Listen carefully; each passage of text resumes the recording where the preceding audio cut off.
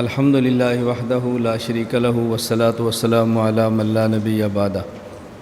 گزشتہ کل صفات باری تعالیٰ پر بات ہو رہی تھی اور میں نے مسئلہ عرض کیا تھا استواء علی العرش کا، جس کو آج کی زبان میں کہتے ہیں این اللہ۔ جب کہا جائے تو اس کا جواب کیا دینا چاہیے، اس پر میں نے کہا تھا کہ عقیدہ سمجھے۔ کچھ باتیں ہو گئی تھیں اور کچھ باتیں رہ گئی تھیں۔ ہماری خواہش ہوتی ہے کہ وقت کی بہت پابندی کریں، وقت سے اوپر آپ کا سبق نہ لے کر جائیں، جتنا وقت ہو سکتا ہے، جتنی گنجائش نکلتی ہے اتنا سبق پڑھیں۔ ہمارا موقف یہ ہے اللہ تعالیٰ موجود بلا جسم بلا مکان اور بلا جہت ہے، یہ ہمارا موقف ہے۔ یہ بات عام بندہ چونکہ نہیں سمجھ پاتا، اس لیے ان کو سمجھانے کے لیے عنوان اختیار کرتے ہیں اللہ ہر جگہ موجود ہے۔ ہمارے دلائل قرآنی آیات بھی ہیں، ہمارے دلائل احادیث پیغمبر صلی اللہ علیہ وسلم بھی ہیں، اور ہمارے دلائل عقلی بھی ہیں۔ عقلی دلائل میں ایک دو پیش کرتا ہوں، پھر ہمارا جو مخالف اس موقف کو نہیں مانتا ان کے دلائل پیش کریں گے اور دلائل کا جائزہ لیں گے۔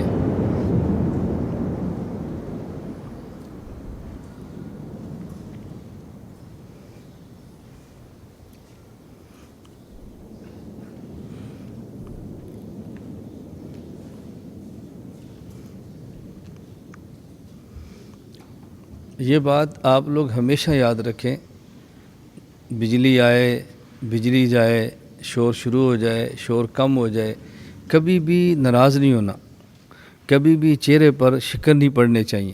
یہ میں آپ کو اب کی بات نہیں کر رہا، ابھی تو آپ خوش ہوتے ہیں بے شکر ہے بجلی کی سبق بند ہوا، ابھی نہیں، جب آپ نے استاد جی بننا ہے اس وقت کی باتیں بتا رہا ہوں۔ ابھی سے ذہن بنائیں، ابھی سے ان معاملات پر کبھی پریشان نہ ہو۔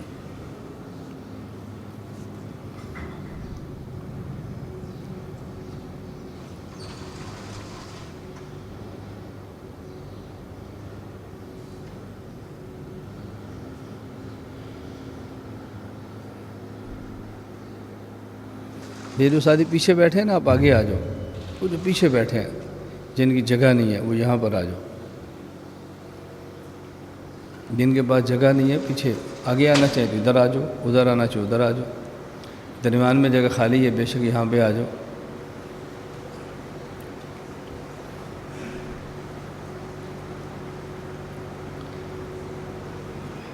تو ہمارا موقف اصل یہ ہے اللہ موجود بلا جسم و مکان و جہت۔ ان باتوں کو عام بندہ نہیں سمجھ پاتا، اس کے لیے یہ تعبیر اختیار کرتے ہیں کہ اللہ زیادہ ہر جگہ موجود ہے۔ اس پر دلائل قرآنی آیات بھی ہیں، اس پر دلائل احادیث پیغمبر صلی اللہ علیہ وسلم بھی ہیں، اور اس پر ہمارے اکابر ہمارے اسلاف کے اقوال بھی موجود ہیں جو آپ کی خدمت میں پیش کیے ہیں۔ میں نے کل آپ کو یہ بات اچھی طرح سمجھائی تھی کہ جب ہمارا موقف قرب ذاتی کا ہے، ہمارا موقف میت ذاتیہ کا ہے، ہمارا موقف اللہ کی ذات ہر جگہ پہ ہونے کا ہے، اگر اس کے خلاف اپنے اکابر میں سے کسی کی عبارت آ جائے، وہ تو کہتے ہیں میت وصفیہ ہے، وہ تو کہتے ہیں اللہ کے علم اور قدرت ہر جگہ پر ہے، تم کہتے ہو اللہ کی ذات ہر جگہ پر ہے، تو تمہاری یہ بات تمہارے اکابر کے خلاف ہے۔ یہ میں نے آپ کو سمجھائی تھی اپنے اکابر کی عبارات کو پیش کر کے کہ علم اور قدرت اللہ کی صفتیں ہیں، اور اللہ کی صفتیں اللہ کی ذات سے جدا نہیں ہیں۔ علم اور قدرت جہاں مانیں گے وہاں اللہ کی ذات کو ماننا پڑے گا، ان میں علاقہ تلازم کا ہے، ایسا نہیں ہو سکتا جہاں علم ہو وہاں اللہ کی ذات نہ ہو۔ تو بعض حضرات یہ جو موقف اختیار کرتے ہیں کہ اللہ ہر جگہ علماً قدرتاً اور وصفاً ہے، اس کا مطلب کیا ہوتا ہے؟ ہر بندہ اللہ تعالیٰ کی ذات ہر جگہ ہونے کو سمجھ نہیں پاتا، تو ایسا موقف اختیار کرتے ہیں کہ جس کو عام بندہ بھی سمجھ جائے، جس پر تھانوی رحمہ اللہ کی عبارت میں نے پیش کی تھی فَمَن لَّمْ يَقْدِرْ عَلَىٰ اعْتِقَادِهَا بِلَا كَيْفِيَّةٍ فَالْأَسْلَمُ أَن يَقُولَ، میں نے پیش کی تھی نا بات۔ اس کے لیے احتیاط یہ ہے کہ وہ یہ نہ کہہ دے کہ اللہ تعالیٰ کا وصف اور علم ہر جگہ پر موجود ہے، اصل موقف یہ نہیں ہے۔ پھر جو ہمارے اکابر علماً قدرتاً وصفاً ہر جگہ قرب میت کے قائل ہوتے ہیں، وہ میت ذاتیہ کی نفی نہیں کرتے، قرب ذاتی کی نفی نہیں کرتے، ذاتاً ہر جگہ موجود ہونے کی نفی نہیں کرتے۔ یہ باتیں ذہن میں رکھو گے تو آپ کو کبھی بھی الجھن اور ٹینشن نہیں ہوگی، آگی نا بات ذہن میں۔ اسی طرح میں نے آپ سے کہا تھا حضرت امام اعظم ابو حنیفہ رحمۃ اللہ علیہ کا میں نے ارشاد نقل کیا جو الفقہ الاکبر میں ہے، فما ذکر اللہ تعالیٰ فی القرآن من ذکر الوجہ والید والعین فول صفات ولا یقال ان یدہ قدرتہ و نعمتہ، یہ مت کہو لأن فی ابطال صفہ وہو قول اہل القدر والاعتزال، کہ ید کا معنی قدرت کرنا معتزلہ کا مذہب ہے، اور ہمارے اکابر ید کا معنی قدرت کرتے ہیں۔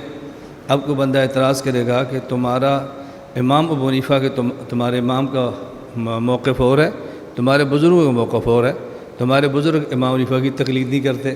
میں نے وضاحت کی تھی کہ قدریہ اور معتزلہ کا یہ موقف کہ ید کا معنی قدرت ہے، یہ درجہ جزم اور یقین میں ہے، اور ہمارے متاخرین کا یہ الفاظ اور یہ موقف درجہ ظن میں ہے، اور درجہ ظن میں بھی کیوں ہے؟ امت کو اور عوام الناس کو فتنہ مجسمہ سے بچانے کے لیے۔ اب دیکھو الجھن نہیں ہوگی۔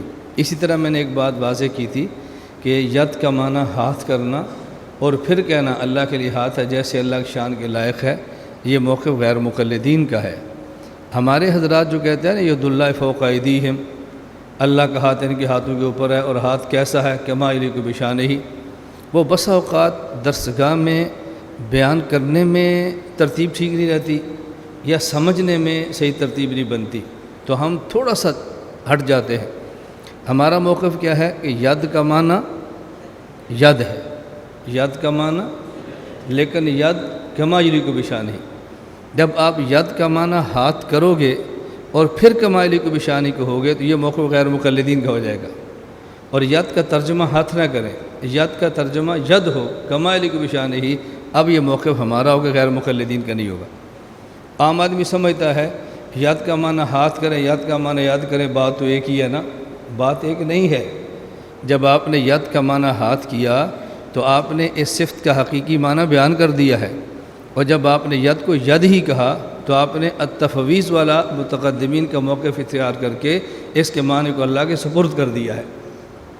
دونوں میں فرق ہے۔ اس لیے جب محدثین یہ فرمائے نا کہ محدثین کا موقف ہے امروہا کما جاءت بلا کیفن، ہمارے بہت سے حضرات اس پر پھر گرفت کرتے ہیں ہماری، کہ دیکھو محدثین تو کہتے ہیں اللہ کی صفات جیسے ہیں ویسی بیان کرو، اس میں تعویل نہیں ہونی چاہیے، تم تعویل کیوں کرتے ہو؟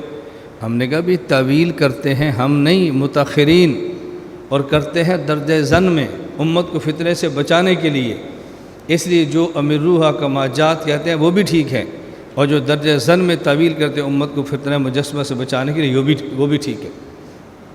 بات سمجھ آ گئی؟ اور ان صفات میں تعویل کرنا متاخرین کا کام نہیں ہے، آپ نے فائل میں دیکھا ہے، متقدمین اکابر صحابہ بھی بسا اوقات کرتے ہیں۔ یوم یکشف عن ساقن، ابن عباس رضی اللہ عنہ فرماتے سے مراد عن شدتن، تو ابن عباس متقدمین ہیں، متاخرین میں سے نہیں ہیں، پرانے آدمی ہیں، صحابی ہیں، اور مفسر قرآن ہیں، اور ایسا مفسر جس کے بارے میں رسول اکرم صلی اللہ علیہ وسلم کی دعا موجود ہے، اللہم علمہ التاویل، اللہم علمہ التاویل، یا اللہ ان کو قرآن کریم کی تفسیر کا علم دے، وفقہہ فی الدین، اور ان کو فقیہ بنا دے۔ یہ عام آدمی کی تفسیر نہیں۔ تو میں نے گزشتہ سبق کا تھوڑا سا خلاصہ پیش کیا ہے کہ آپ کے ذہن میں بات پھر بیٹھ جائے، جو نئے طلباء ہیں ان کو بات تھوڑی سی سمجھ آ جائے، ساری تو نہیں سمجھ آتی، تھوڑی سمجھ آ جائے۔ اور میں یہ بات بارہا کہتا ہوں، ان صفات کے مسئلے پر بار بار مذاکرہ کرنے سے باتیں سمجھ آتی ہیں۔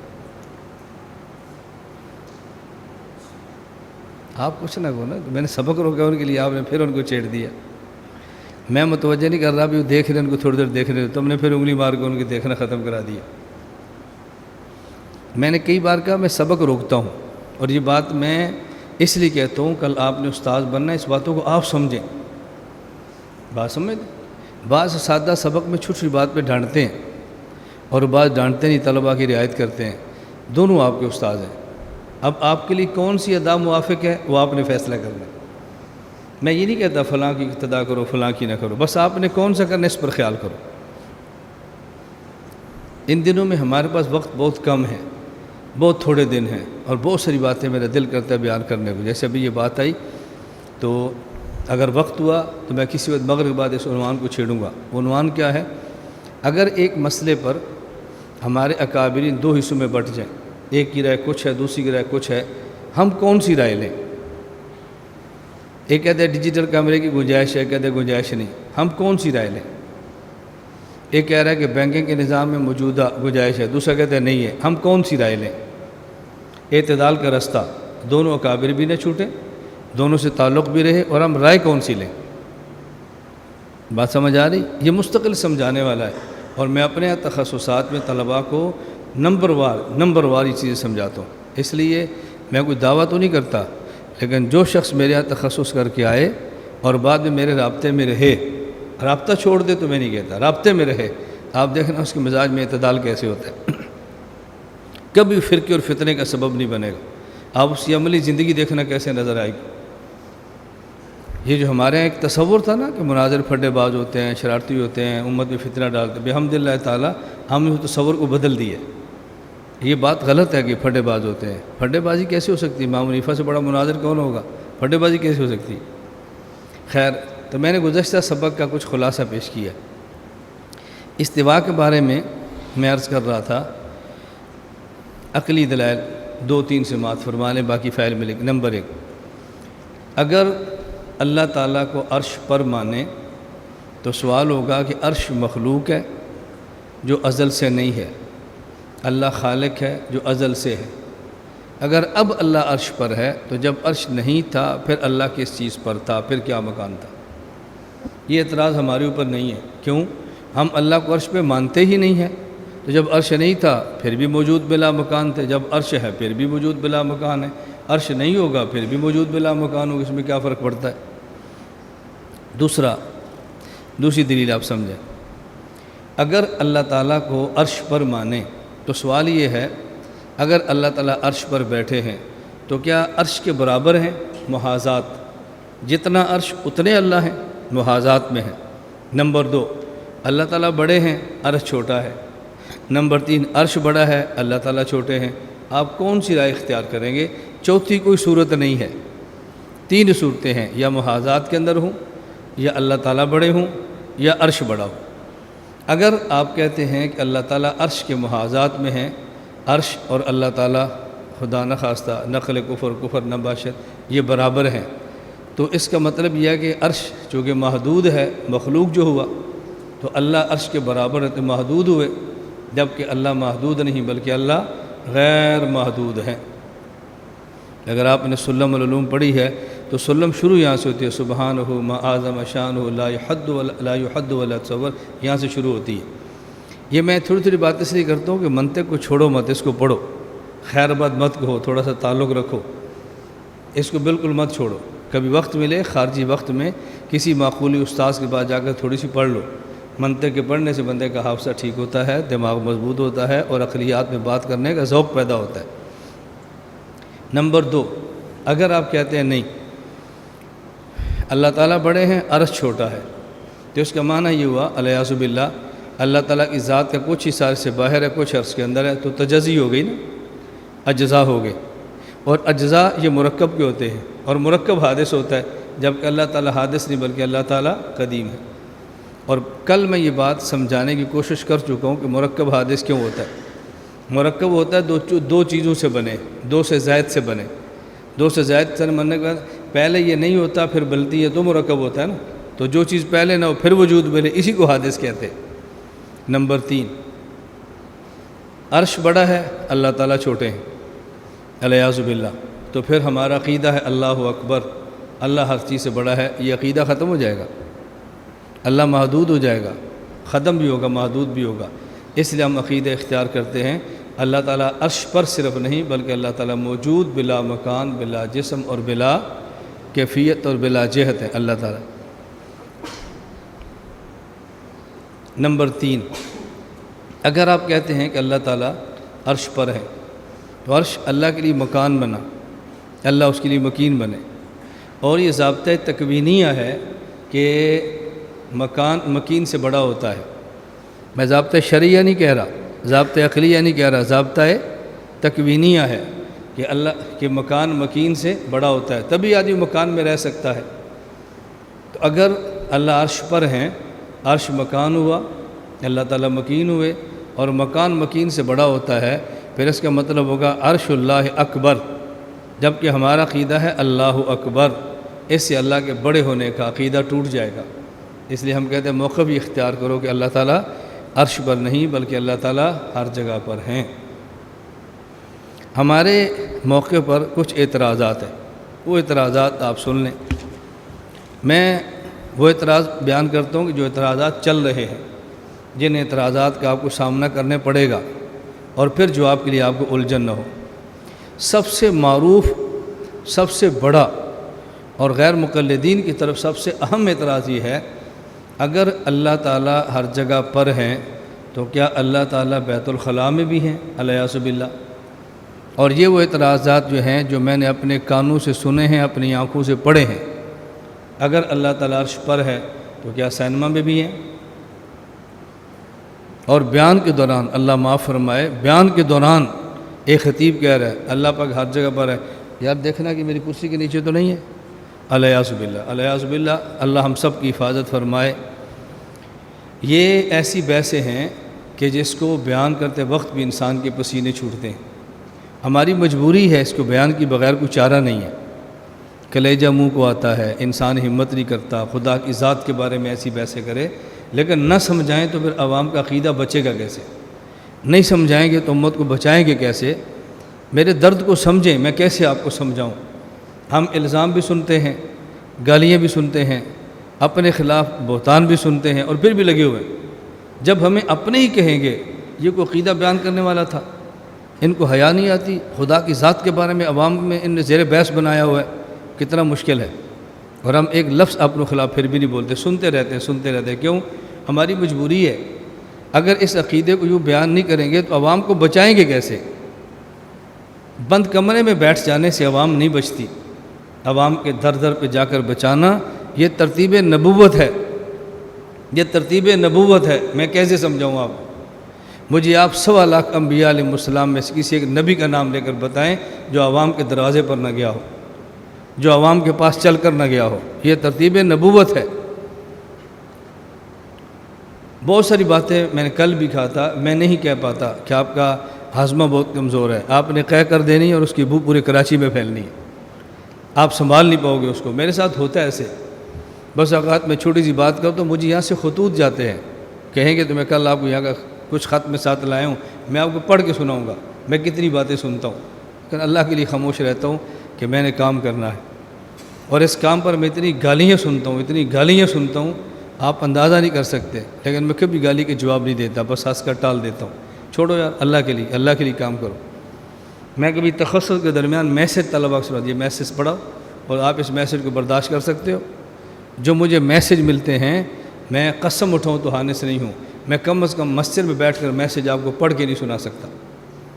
کوئی خلوت میں کہے تو میں آپ کو 1-2 میسج سنا دوں گا، آپ سننا میں کتنی گالیاں سنتا ہوں، لیکن میں الحمدللہ ثم الحمدللہ چونکہ اللہ کے لیے کام کرتا ہوں، مجھے ان گالیوں کی کوئی پرواہ نہیں ہے۔ یہ نبوت کا طرز ہے، گالیاں سنو، بکواس سنو، الزامات سنو، مخالفتیں سنو، اور اپنے کام سے کام رکھو، اور مخالفین کو یوں جواب دے کر اپنی زندگی ضائع نہ کرو۔ خیر، ان کا سب سے بڑا اور معروف اعتراض کیا ہے؟ اگر اللہ تعالیٰ عرش ہر جگہ پر ہے، کیا بیت الخلاء میں بھی ہے؟ الیاذ باللہ۔ اب آدمی کی زبان جل جائے اگر یہ کہے کہ اللہ تعالیٰ بیت الخلاء میں ہے، اور اگر کہ نہیں ہے تو عقیدہ ٹوٹ گیا ہر جگہ پر ہونے کا۔ اب کیا جواب دیں؟ بندہ الجھن میں پڑتا ہے۔ کچھ جواب ایسے ہیں جو فائل میں لکھے ہوتے ہیں، لیکن لکھا ہوا جواب پڑھنے سے آپ کو لطف نہیں آئے گا۔ جس طرح ہم جواب دیتے ہیں اس کو سننے سے بندے کو لطف آتا ہے، پھر بندے کو پوری فائل سمجھ آتی ہے۔ میں نے لکھ دیا ہے، لیکن مجھ سے جس لڑکے نے بات کی، حافظ آباد کا تھا، چلا گیا دنیا سے، جوانی میں چلا گیا۔ مجھے اس نے کہا اللہ ہر جگہ پر ہے، اور یہ لڑکا کون تھا؟ پہلے حنفی پھر غیر مقلد بنا۔ اس کے بعد اعتراضات کیے۔ اب آپ کہتے ہیں عقیدہ بیان نہ کرو، لوگ ٹوٹ رہے ہیں اور ہمارے کام کی وجہ سے لوگ جڑ رہے ہیں۔ میں یہ بات میڈیا پر کہہ رہا ہوں، چھپ کر نہیں کہہ رہا۔ تمہارے کراچی کے غیر مقلد ڈاکٹر ابو جابر عبداللہ دامانوی، جانتے ہیں آپ لوگ؟ اس کی سگی بھتیجی سگی کینیڈا میں رہتی ہے، غیر مقلدین کے مدرسے میں پڑھی ہے، 8 سال پڑھاتی رہی ہے، اور بحمد اللہ تعالی ہمارے بیان کی وجہ سے حنفی بنی ہے۔ یہ میں کوئی چھپ کر تو نہیں کہہ رہا، جاؤ ان کو بتاؤ، اپنی بھتیجی کی خبر لو، مرشد بیت ہے، وہ کینیڈا میں رہ کر مرشد بیت ہے۔ میرا بیت کتنا وسیع حلقہ ہے کہ آپ سوچ بھی نہیں سکتے۔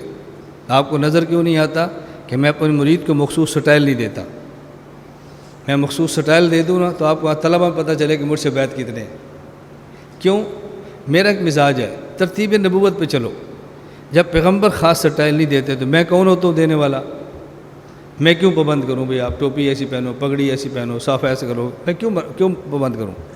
میں نہیں کر سکتا۔ چلے خیر، تو میں نے اس نے مجھ سے پوچھا کہ اللہ تعالیٰ بیت الخلاء میں بھی ہیں؟ الیاذ باللہ۔ میں نے ان سے کہا آپ قرآن کے حافظ ہیں؟ جی الحمدللہ پورا حافظ ہوں۔ میں نے کہا قرآن تمہارے سینے میں موجود ہے؟ مجھے کہتا ہے نہیں۔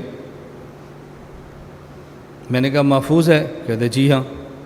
میں نے کہا تو خالص غیر مقلد ہے، خالص۔ مجھے کہتے جی کیوں؟ میں نے کہا جتنا بڑا بے وقوف اتنا بڑا غیر مقلد ہوتا ہے۔ جی وہ کیسے؟ میں نے کہا میں کہتا ہوں کہ میری جیب میں پیسے موجود نہیں ہیں لیکن محفوظ ہیں، مجھے کون عقل مند کہے گا؟ میرے گھر میں کتابیں موجود نہیں ہیں لیکن محفوظ ہیں، میرے سینے میں قرآن موجود نہیں ہے لیکن محفوظ ہے۔ بیٹا جب موجود نہیں تو محفوظ کیسے ہوگا؟ کیا جی مجھے بات سمجھ آ گئی ہے؟ میں نے کہا بتاؤ موجود ہے؟ کہا جی ہاں۔ میں نے کہا دوسرا مسئلہ، قرآن کریم کو بیت الخلاء میں لے کر جانا جائز ہے؟ کہا جی نہیں۔ میں نے کہا تو بیت الخلاء میں جاتا ہے؟ کہتا ہے جی ہاں۔ تو میں نے کہا جب بیت الخلاء میں جاتا ہے سینہ پھاڑ کے قرآن باہر رکھ کے پھر بیت الخلاء میں جاتا ہے؟ مجھے کہتا ہے نہیں۔ تو میں نے کہا سینہ میں قرآن موجود بھی ہے، بیت الخلاء میں لے جانا جائز بھی نہیں ہے، تو روزانہ جاتا بھی ہے۔ کہتا جی اعتراض تب ہوتا جب قرآن کریم جسم کے ساتھ ہوتا، میرے سینے میں قرآن موجود ہے لیکن اس کا جسم نہیں ہے۔ میں نے کہا اسی طرح اللہ ہر جگہ موجود ہے لیکن اس کا جسم نہیں ہے۔ جسم والا قرآن یہ مصحف ہے، اس کو بیت الخلاء میں لے کر جاؤ تو گناہ ہے، اور جو سینے میں قرآن ہے بلا جسم ہے اس کو لے کر جائے تو کوئی گناہ نہیں ہے۔ اللہ کی ذات ہر جگہ بالجسم ہوتی تو اعتراض ٹھیک تھا، خدا ہر جگہ موجود بالجسم نہیں ہے، بلا جسم ہے، اس لیے اس پر کوئی اعتراض نہیں۔ اب یہ جو آپ فائل میں پڑھو گے نا تو آپ کو مزہ نہیں آنا، صاحب فائل سے سنو گے تو پھر مزہ آئے گا۔ کیوں؟ یہ جوابات کتب کے اندر نہیں ہے، یہ جوابات میرے ذاتی ہیں۔ علم الکلام پر موجودہ دور میں ہونے والے اعتراضات کے جوابات یہ میرے اپنے ہوتے ہیں۔ اب وہ فائلوں میں جب سوال نیا ہوگا، میں ملیشیا میں تھا، ایک جگہ پر درس قرآن تھا، ایک اس میں عالم آگے جو ماشاءاللہ علوم نقلیہ منطق وغیرہ کا بہت اچھا ان کا تیاری ہے، اور خصوصاً علم الکلام اور عقائد میں پڑھاتے ہیں۔ مجھ سے انہوں نے ایک سوال کیا کہ مولانا صاحب یہ جو آپ لوگ ضربے لگاتے ہیں اللہ اللہ اللہ، یہ کہاں سے ثابت ہے؟ یہ کہاں سے ثابت ہے؟ میں نے کہا اللہ کے نبی صلی اللہ علیہ وسلم جسم اگر نافرمانی کرے تو اس کو سزا دینے کی ترتیب بتاتے ہیں۔ جسم سے نہ کرے تو کوڑے مارو، بہتان لگائے تو یہ کرو، چوری کرے تو ہاتھ کاٹو، سزائیں ہیں نا۔ اچھا، اور بعض مقامات پر سزائیں نہیں، تنبیہ ہے۔ بیٹے کے بارے میں ہے مرو ابناکم بالصلاۃ وابناء سبع واضربوہم علیہا وابناء 10، بچے 7 سال کو نماز کا حکم دو، ترغیب دو، 10 سال کو تو نماز نہ پڑھے تو مارو۔ میں نے کہا ساتھ ہی اللہ کے نبی فرماتے ہیں کہ دل جسم میں ایک ٹکڑا ہے، الا ان فی الجسد مضغہ، وہ ٹھیک ہے تو جسم ٹھیک ہے، وہ خراب ہے تو جسم خراب ہے، اور وہ کون ہے؟ دل ہے۔ میں نے کہا جسم گڑبڑ کرے اس کو تو ماریں، یہ دل گڑبڑ کرے تو اس کو کیسے ماریں؟ سزا تو اس کو بھی دینی ہے۔ اس کی سزا اللہ کی ضرب ہے، اللہ اللہ ضربیں لگاؤ، اس لیے اس کو ضرب کہتے ہیں۔ ضرب کہتے ہیں مارنا، اللہ کے نام سے اس کو تنبیہ کرو تاکہ دل بیدار رہے۔ مجھے کہتا ہے یہ جواب آپ سے پہلے کسی نے دیا ہے؟ میں نے کہا یہ سوال آپ سے پہلے کسی نے کیا ہے؟ چپ۔ میں نے کہا جب سوال آئے گا تب جواب آئے گا نا یار، سائل آپ جیسے ہیں تو مجیب ہم جیسے ہیں۔ چپ ہو گیا۔ اس لیے اب جب یہ سوال ابھی آیا تو جواب ابھی آئے گا نا۔ یہ سوال امام صاحب کے دور میں ہوتا تو جواب امام صاحب دیتے، تو جب جواب آج ہے، سوال آ جائے تو جواب بھی آ جائے۔ اور اللہ ہر دور میں ایسے افراد پیدا کرتے ہیں جو باطل کو جواب دیتے ہیں، دانت نہیں توڑتے، جواب دندان شکن ہوتے ہیں۔ جواب سمجھ آ گیا؟ دوسرا جواب سمجھو، دیکھو بعض چیزیں ایسی ہیں ان کو اجمالاً بیان کریں تو ادب ہے، تفصیلاً بیان کریں تو بے ادبی ہے۔ اگر میں ایک کسی لڑکے کھڑا کر کے کہتا ہوں بھئی آپ کے سر کے بال کا خدا نے پیدا کیے ہیں، پیشانی خدا نے پیدا کی ہے، آنکھ خدا نے پیدا کی ہے، ناک خدا نے پیدا کی ہے، منہ خدا نے پیدا کی ہے، سینہ خدا نے پیدا کیا ہے، اب پیٹ خدا نے پیدا کیا، جو پیٹ سے نیچے اس کا بھی نام لے کر گوں، آپ بھی کہو گے استاد جی یہ کوئی بات کہنے والی تھی، مسجد میں ہیں لوگ سن رہے ہیں، یہ کوئی بات کہنے والی تھی، آپ کو سن کر شرم آئے گی نا۔ اب یہ اجمالاً میں کہہ دوں سر کے بال سے لے کر پاؤں کے ناخن تک آپ کے پورے وجود کو خدا نے پیدا کیا ہے، خدا کے نافرمانی مت لگاؤ، خدا کے فرمان کے مطابق گزارو، اللہ نے پیدا کیا ہے، بددیانتی مت کرو۔ اب دیکھو سر کے بال سے لے کر پاؤں کے ناخن تک اجمالاً کہہ دو تو ادب ہے، اور ایک عضو کا تفصیلاً تذکرہ کرو تو یہ بے ادبی ہے۔ نکاح ہو رہا ہے مسجد میں، مولانا صاحب نکاح پڑھا رہے ہیں، اور نکاح بہت بڑے آدمی کی بیٹی ہے، پیر ہے، عالم ہے یا کچھ سرمایہ دار ہے، اور مولانا صاحب اس لڑکے کو سمجھاتے ہیں دیکھو یہ بہت بڑے آدمی کی بیٹی ہے، بیٹا اس نے شفقت کر کے آپ کو دی ہے، اس بیٹی کے حقوق کا خیال رکھنا۔ لوگ کہیں گے مولانا صاحب نے بہت اچھی بات فرمائی، اور اگر حقوق گنوانا شروع کر دیں تو جی حقوق گنوانا شروع کر دیں تو سارے حقوق مجمع عام میں گنوائے جا سکتے ہیں۔ تو بعض باتیں اجمالاً کہہ سکتے ہیں، تفصیلاً نہیں کہہ سکتے۔ اسی طرح جب ہم کہتے ہیں اللہ تعالیٰ ہر جگہ موجود ہیں، اجمالاً کہہ سکتے ہیں، جگہ گنوانی شروع کریں گے تو بے ادبی ہو جائے گی، اس لیے ہم جگہ گنواتے نہیں ہیں، بس اجمالاً کہتے ہیں اللہ تعالیٰ ہر جگہ موجود ہے۔ سمجھ آ گئی بات؟ ایک اور اعتراض سمجھیں، یہ اعتراض میں آپ کو بتا رہا ہوں کہ جس کے جواب آپ سے نہیں بن پڑنے اور آپ نے بہت مشکل کا شکار ہونا ہے، ان جوابات کو سمجھ لو۔ اعتراض کیا ہے؟ یہ لوگ کہتے ہیں کہ جس امام کے تم مقلد ہو، امام اعظم ابو حنیفہ نعمان بن ثابت رحمہ اللہ تعالی، تمہارے امام نے لکھا ہے اللہ تعالیٰ مستوی علی العرش ہیں، اور جو اللہ کے مستوی علی العرش ہونے کا انکار کرے وہ کافر ہے، تو تم اپنے امام کے فتوے کی روشنی میں کافر ہو۔ سوال سمجھ آ گیا؟ جواب سنو، میں نے کہا ہم اس بات کو مانتے ہیں، ہم مان لیتے ہیں ہمارے امام نے لکھا اللہ مستوی علی العرش ہے، ہم یہ بھی مان لیتے ہیں ہمارے امام نے فرمایا جو اللہ کو مستوی علی العرش نہ مانے وہ کافر ہے، یہ بھی مان لیتے ہیں۔ اختلاف اس پہ نہیں ہے، اختلاف اس بات پر ہے کہ ہمارے امام جو اللہ کو مستوی علی العرش مانتے ہیں تو مستوی علی العرش کا معنی وہ کرتے ہیں جو تم کرتے ہو یا وہ کرتے ہیں جو ہم کرتے ہیں؟ اللہ تعالیٰ کو مستوی علی العرش تو ہم مانتے ہیں، ہم نے کل حکیم الامت حضرت تھانوی رحمۃ اللہ علیہ کی عبارت پیش کی ہے کہ اللہ تعالیٰ ہر جگہ پر بھی ہے، مستوی علی العرش بھی ہے، کل پیش کی ہے نا، کل پیش کی یاد ہے نا، فلا محظور فی القول بہا، کل ہم نے پیش کی ہے۔ اسی طرح ہم کہتے ہیں اللہ تعالیٰ عرش پر بھی ہیں اور ہر جگہ پر بھی ہیں، اس میں اشکال کی کیا بات ہے؟ ہاں ہمارے امام یہ فرمائیں اللہ تعالیٰ مستوی علی العرش ہیں، اور مستوی علی العرش کا معنی یہ ہے کہ ہر جگہ پہ نہیں ہیں، ذاتاً حصاً اللہ اپنے عرش پر ہیں، جیسے بندہ اپنی کرسی پر ہوتا ہے، جو اس کا انکار کرے وہ کافر ہے، پھر بات تمہاری ٹھیک ہے، لیکن یہ تم قیامت صبح تک ہمارے امام سے ثابت نہیں کر سکتے۔ اب بات سمجھ آ گئی؟ امام صاحب فرمائیں اللہ مستوی علی العرش ہے، اور جو اس کا انکار کرے وہ کافر ہے، تو جب قرآن کریم میں ثم استوى علی العرش الرحمن علی الاستواء، تو ہم اس کا انکار کیسے کر سکتے ہیں؟ سوال تو یہ ہے کہ ثم استوى علی العرش کا معنی کیا ہے، الرحمن علی الاستواء کا معنی کیا ہے، مستوی علی العرش کا معنی کیا ہے؟ تو ہم انکار نہیں کرتے۔ تو ایک ہے مستوی علی العرش ہونا، ایک ہے اس کا وہ معنی ہونا جو جناب نے بیان کیا ہے۔ ہم استواء علی العرش تو مانتے ہیں لیکن جناب والا معنی نہیں مانتے۔ جواب سمجھ آ گیا آپ کو؟ اس پر میں بہت ساری باتیں سمجھایا کرتا ہوں، میں نے پہلے بھی کہا وقت کا میں مزید اس عنوان کو بہت ساری بات، وہ کیا آپ کو کئی ایک فتنوں سے واسطہ پڑے گا، اور ہر فتنہ آپ سے کہے گا کہ تم آیت نہیں مانتے، تم حدیث نہیں مانتے، تم فلاں صحابی کا قول نہیں مانتے. بہت سارے لوگ ہم کہتے ہیں ہم آیت مانتے ہیں لیکن آیت کا جو معنی آپ بیان کرتے ہیں وہ معنی نہیں مانتے. سمجھ آ گئی؟ انک میتن، تم آیت نہیں مانتے، انکار کرتے ہو. ہم نے کہا نا، انک میتن، آیت کا انکار نہیں کرتے، اس آیت کا جو معنی جناب بیان کرتے ہیں اس معنی کا انکار کرتے ہیں. سمجھ آ رہی؟ وہ جی رفع الیدین کی حدیثیں ہیں، تم انکار کرتے ہو. ہم نے کہا رفع الیدین کی حدیث کا انکار نہیں کرتے. رفع الیدین کی حدیث جو مسئلہ آپ ثابت کرتے ہیں، جو آپ اس کا مطلب بیان، ہم اس مطلب کا انکار کرتے ہیں.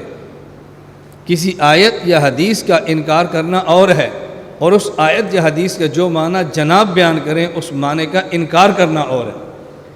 آپ یہ نہ کہا کرو کہ تم آیت کا انکار کرتے ہو، یہ کہا کرو آیت کا جو معنی ہم بیان کرتے ہیں اس معنی کا تم انکار کرتے ہو. یہ بات ٹھیک ہے. آج الجھنیں یہی ہیں اور اس سے ہمارے بچے پریشان ہو جاتے ہیں. جی وہ کہتے تم آیت کا انکار کرتے ہو. ہم نے کہا آیت لاؤ جس کا ہم انکار کرتے ہیں، لاؤ تو صحیح نا. سوال سمجھ آ گیا. ایک اعتراض کیا ہے کہ جب یہ کہیں اللہ عرش پر ہے تو آپ نے کہا جی عرش مکان ہوا، اللہ تعالیٰ مکین ہوئے، مکان مکین سے بڑا ہوتا ہے، ضابطہ تکوینیہ ہے. تو جب آپ کہتے ہیں اللہ ہر جگہ پر ہے، توجہ رکھنا یہ بہت وزنی سوال ہے. جب آپ کہتے ہو اللہ ہر جگہ پر ہے تو ہر جگہ بھی تو جگہ ہوتی ہے نا، تو ہر جگہ اللہ کے لیے مکان بنے گی نا، مکان مکین سے بڑا ہوتا ہے. ہم نے ایک جگہ عرش اللہ کے لیے مکان مانی تو تم نے کہا اعتراض ہے، اور تم نے ہر جگہ کو مکان بنانا مانا اللہ کے لیے. اگر ہم پر اعتراض ایک مرتبہ ہے، تمہارے اوپر اعتراض 1000 مرتبہ ہے. سوال تو معقول ہے. میں ایک جملہ عرض کیا کرتا ہوں، سوال کرنے والا غیر معقول ہو اور سوال معقول ہو، ہم شاباش بھی دیتے ہیں، جواب بھی دیتے ہیں. اللہ کرے تم میرے جملے سمجھ آیا کرو. سوال کرنے والا بولو غیر معقول ہو اور سوال معقول ہو، ہم جواب بھی دیتے ہیں، شاباش بھی دیتے ہیں. سوال کرنے والا معقول ہو اور سوال غیر معقول ہو، ہم جواب بھی نہیں دیتے، حوصلہ افزائی بھی نہیں کرتے. ہم نے کہا تمہارا سوال معقول ہے. اب بات سمجھو بھئی، آپ کا اعتراض تب ہوتا جب ہم اللہ کے لیے کسی مکان کے قائل ہوتے. ہم پہلے یہ بات کہہ چکے ہیں اللہ موجود بلا مکان ہے. اللہ موجود فی کل مکان نہیں ہے. اللہ موجود لا مکان ہے. اللہ موجود بلا مکان ہے.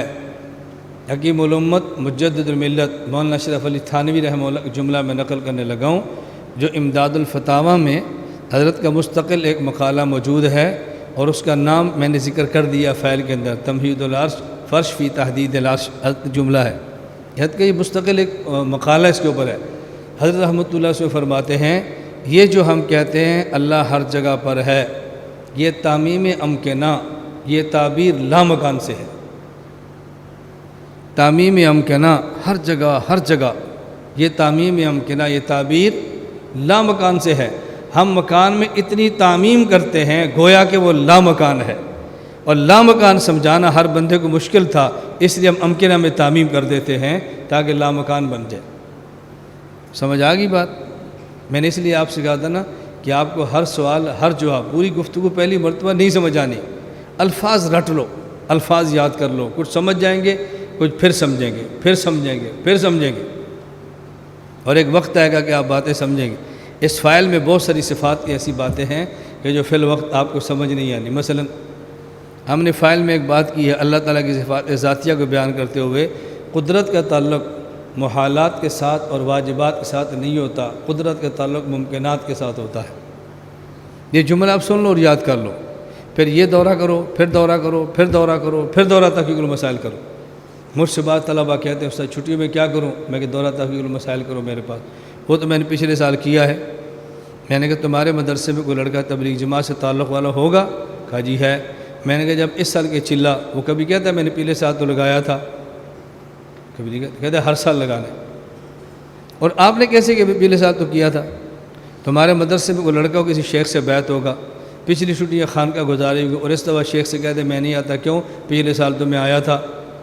کوئی کہتا ہے؟ جب آپ کو چھٹیوں کہاں جانا ہے؟ گھر. کیوں؟ پچھلے سال گیا نہیں تھا؟ جی گیا تھا نا۔ اب کیوں جاتے ہو؟ تو گھر ہے نا۔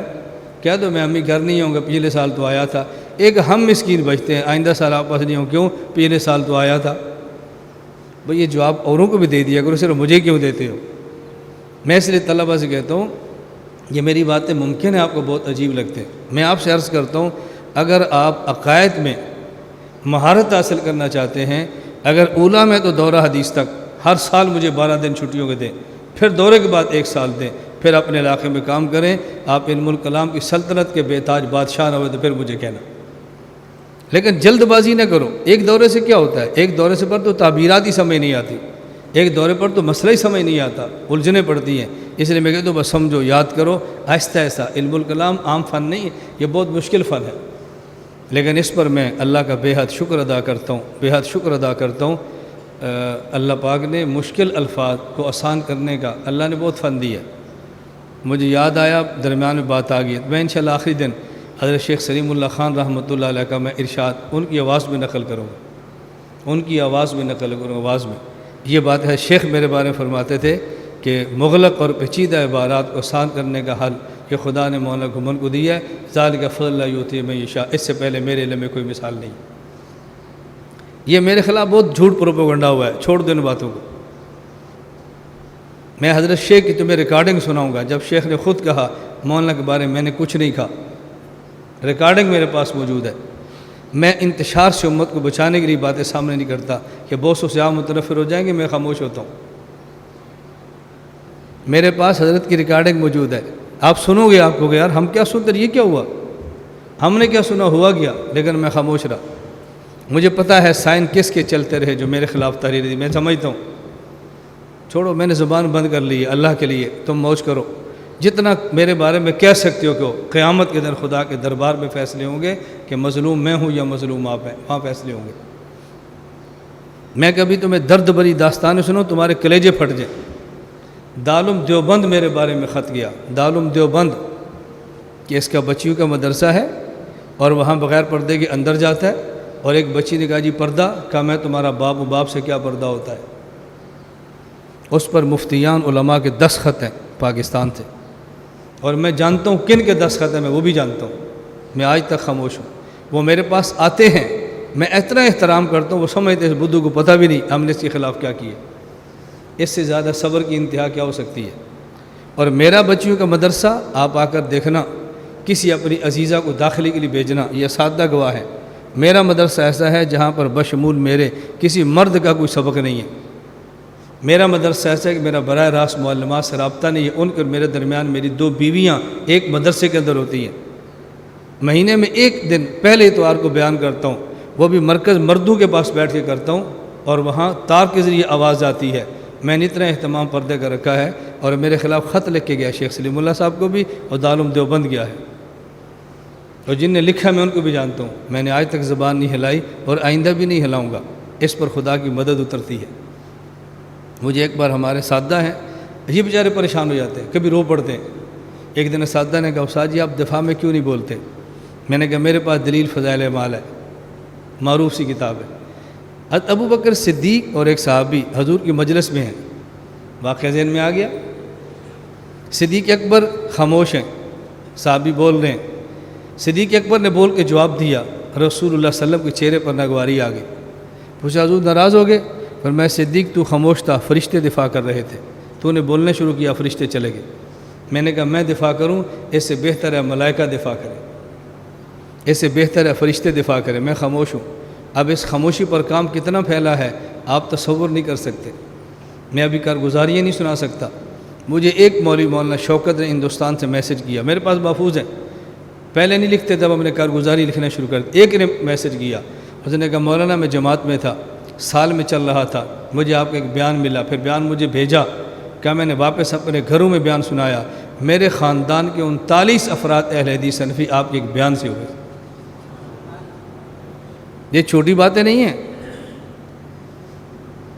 میں سب سے پہلے پشاور سفید ڈیری گیا، یہ ویڈیو پر باتیں ہیں، چھپی چھپائی نہیں ہے کہ میں جھوٹ بول رہا ہوں۔ سفید ڈیری یہ اس وقت کی بات ہے، آج سے غالباً کم از کم یہ 13 سال پہلے کی بات ہے۔ مجھے مشکات کے طلبہ لے کر گئے، میں نے بیان کیا، رات اسی مسجد میں سویا جہاں رات کو مچھر کاٹتے تھے۔ میرے بیان کے بعد ایک بڑے دارالعلوم کے لوگ پشاور کو مجھے لینے کے لیے آئے، رات ہمارے پاس قیام کر جگہ ٹھیک نہیں، میں نے کہا جو بچے لائے میں رات انہی کے پاس ٹھہروں گا۔ یہ پشاور سے سرگودا مجھے دعوت دینے کے لیے گئے ہیں، اب میں مچھروں کی وجہ سے ان بچوں کو چھوڑ دوں، میرے بس میں نہیں ہے، میں رات یہیں گزاروں گا۔ اس ایک علاقے میں یہاں کئی بیٹھے ہوں گے میری باتیں نقل کر کے آگے میسج کرنے والے، کرو میسج۔ اس ایک علاقے میں 10 یا 11 مساجد جو ساری اشاعت و توحید کی تھی، آج 10 میرے پاس ہیں، ایک رہ گئی ہے۔ کتنی؟ بولو۔ 10 آ گئی ہیں، ایک رہ گئی ہے، کر دو میسج۔ جھوٹ ہے تو نقل توڑو اس جھوٹ کو۔ یہ میری خاموشی ہے، یہ میرا درد ہے جو میں سینے لے کر چلتا ہوں۔ آپ جاؤ پبی نوشہرہ میں، میرے شاگرد ہیں، دونوں بھائی ہیں، امین اور سعید، دونوں بھائی ہیں۔ اب صلاحیت اتنی کمزور تھی، تخصص کیا تو میں سوچتا تھا یار مشورہ کیا، یہ مولانا صاحب موجود ہے، مشورہ کیا، میں نے کہا یار غریب لڑکے ہیں، صلاحیت بھی تھوڑی ہے، ان دونوں بھائیوں کو گارڈ کیوں نہ رکھ لیں مدرسے کا، ایک دن کو ڈیوٹی دے، ایک رات کو ڈیوٹی دے، چلو ان کا گزارا بھی چلے گا، مرکز سے منسلک بھی رہیں گے۔ اور ان کی محنت، میں جب ان کے علاقے میں گیا میں نے کہا کیا کرتے ہو؟ کہا استاد جی ایک مسجد غیر مقلدین سے لی ہے اور ایک مسجد پنج پیریوں سے لی ہے، ایک میں خطیب یہ ہے، ایک کے اندر خطیب میں ہوں، اور تیسرا مدرسہ جس کا آپ نے سانگ بنیاد آپ نے رکھنا ہے۔ میں تو نام لے کر جگہ بتا رہا ہوں، یہ تو میں ہلکی سی کارگزاری سنا رہا ہوں، میں کارگزاری سنوں آپ کو تعجب ہوگا، اتنا کام دنیا میں چلا گیا۔ اس کی وجہ میں وقت ضائع صفائیوں میں نہیں کرتا، میں پورا وقت لگاتا ہوں اپنے کام کے اوپر، بس کام کام کام کام اسی پر لگاؤ۔ اللہ ہمیں بات سمجھنے کی توفیق عطا فرمائے۔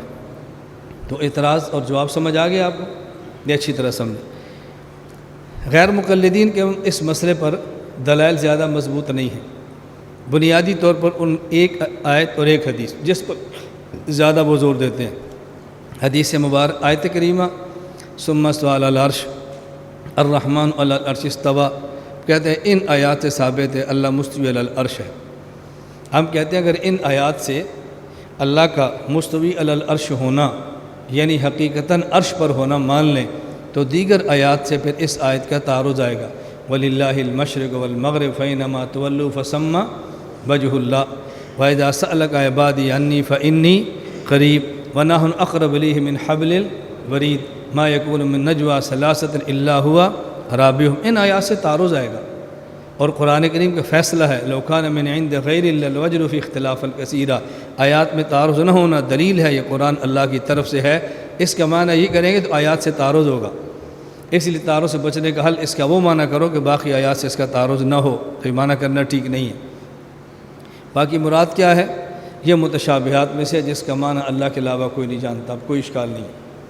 نمبر 3، اگر آپ نے امت کو اور مجسمہ کی گمراہی سے بچانے کے لیے معنی کرنا ہی ہے تو پھر معنی کرو الرحمن علی العرش استویٰ، اس کا معنی الرحمن علی العرش، اللہ عرش پر غالب ہے، اللہ کا عرش پہ قبضہ ہے، اللہ عرش پر غالب ہے۔ اور استواء بمعنی غلبہ، استواء بمعنی غلبہ علی، یہ عربوں میں استعمال ہوتا تھا، لغت عرب میں اس کی مثالیں موجود ہیں، ہم نے دی ہیں۔ کتاب الاسماء والصفات میں علامہ بیہقی نقل کیا ہے، بشر بن مروان، ایک شاعر نے بشر بن مروان کی مدح کی اور شعر کیا کہا، قد استوى بشر علی العراق، قد استوى بشر علی العراق من غیر سیف و دم محراقی، کہ بشر بادشاہ یہ عراق پر مستوی ہوا۔ مستوی ہونے کا معنی یہ نہیں کسی عراق کی بلڈنگ پر چڑھ کے بیٹھ گیا ہے، اس کا معنی عراق پر غالب آ گیا ہے، نہ خون بہا نہ تلوار چلی لیکن غالب ہو گیا۔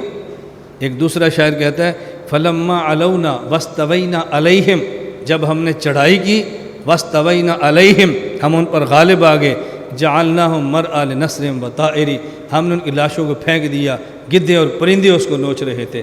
اس کا معنی یہ نہیں تھا کہ ہم لاشوں پر بیٹھ گئے تھے، اس کا معنی ہم ان کے وجود پر غالب آ گئے تھے۔ تو استوا کا معنی غلبہ عرب کے اندر معروف ہے، کوئی نئی تعبیر نہیں ہے یہ۔ تو میں نے 3 جواب بڑے اختصار سے دیے ہیں تاکہ آپ ذہن بنا لو۔ سب سے آسان جواب کیا ہے؟ اگر اس کا معنی عرش پر بیٹھنا کرو گے تو باقی آیات سے تعارض ہوگا، اس کا معنی پھر تم بیان کرو۔ سمجھ آ گئی بات؟ اور احادیث میں سب سے معروف ایک حدیث ہے جس کو یہ پیش کرتے ہیں، وہ حدیث کیا ہے؟ صحیح مسلم میں روایت موجود ہے، معاویہ بن حکم السلمی رضی اللہ تعالیٰ عنہ فرماتے ہیں ان کے ہاں بکریوں کا ریوڑ تھا، اور ایک باندی تھی جو ان کے ریوڑ کو چراتی تھی۔ احد کی جانب بکریاں گئی، بھیڑیا ایک بکری کو لے کر چلا گیا، ان کو غصہ چڑھا، ان نے باندی کے منہ پہ تھپڑ مارا۔ ان کو بعد میں احساس ہوا کہ مجھے ایسا نہیں کرنا چاہیے تھا، رسول اللہ صلی اللہ علیہ وسلم کی خدمت میں آئے اور رسول اکرم صلی اللہ علیہ وسلم سے کہا یا رسول اللہ میں نے باندی کو تھپڑ مارا۔ فرمایا اتنی بہا، لاؤ اس باندی کو۔ باندی یہی آپ نے فرمایا این اللہ، اللہ کہاں پر ہے؟ میں نے کہا فی السماء، آسمان میں ہے۔ من انا، میں کون ہوں؟ کہا انت رسول اللہ، اب اللہ کے رسول ہے۔ فرمایا آتقھا فإنھا مومنۃ، اس باندی کو آزاد کر دو، یہ تو مومن ہے۔ اب غیر مقلد کہتے ہیں دیکھو حضور نے پوچھا این اللہ، اللہ کہاں پر ہے؟ اس نے فی کل مکان نہیں کہا بلکہ فی السماء کہا، اس سے معلوم ہوتا ہے کہ اللہ عرش پر ہے۔ اب دیکھو اس کا جواب کتنا آسان ہے، تمہارا موقف اللہ عرش پر ہے اور باندی کہہ رہی ہے فی السماء، تو تمہارے دعوے پر دلیل کیسے آئی ہے؟ موقف اللہ عرش پر ہے اور باندی کہہ رہی ہے اللہ کہاں پر؟ آسمان میں، تو تمہارے دعوے پر دلیل کیسے ہے؟ یہ دلیل بنے تو ہماری بنے، کیوں؟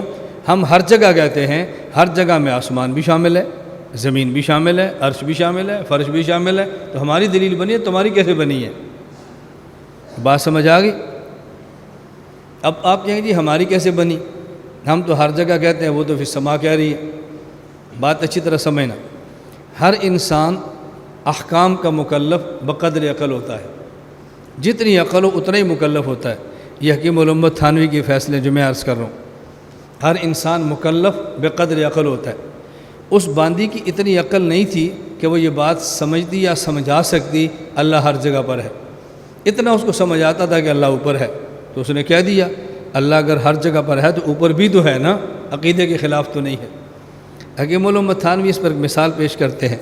حضرت حذیفہ رضی اللہ عنہ فرماتے ہیں، صحیح بخاری میں روایت ہے، ایک شخص تھا بنی اسرائیل میں، اس کی موت کا وقت قریب آیا، اپنی اولاد سے کہا کہ جب میں مر جاؤں ہڈیاں جمع کرو، میری لاش اس میں رکھو، ان کو جلاؤ، جب ہڈیاں میرے جسم کو جب لکڑی میرے جسم کو چیر کر ہڈیوں تک پہنچے تو پھر میری جو راکھ ہے اس کو ہوا میں بکھیرو یا اس کو دریا میں بہا دو۔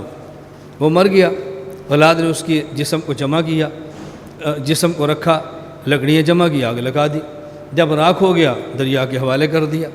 اللہ رب العزت نے فجمعہ اللہ، اس کی جسم کی ہڈی جسم کو جمع کیا۔ فرمایا لما فعلتا، تو نے ایسے کیوں کیا؟ ایسے تو نے کیوں کیا؟ یعنی تیرے حکم سے، تیری وصیت سے ہوا نا، تو نے کیوں کیا؟ اس نے کہا من خشیت، اللہ آپ کے ڈر سے کیا۔ حدیث میں فغفر لہ، اللہ نے اس کو معاف کر دیا۔ حکیم الامت تھانی فرماتے ہیں کیسے معافی؟ تو کفر ہے کہ میری ہڈیوں کو جلا کر پھینک دو تاکہ مجھے عذاب نہ ہو۔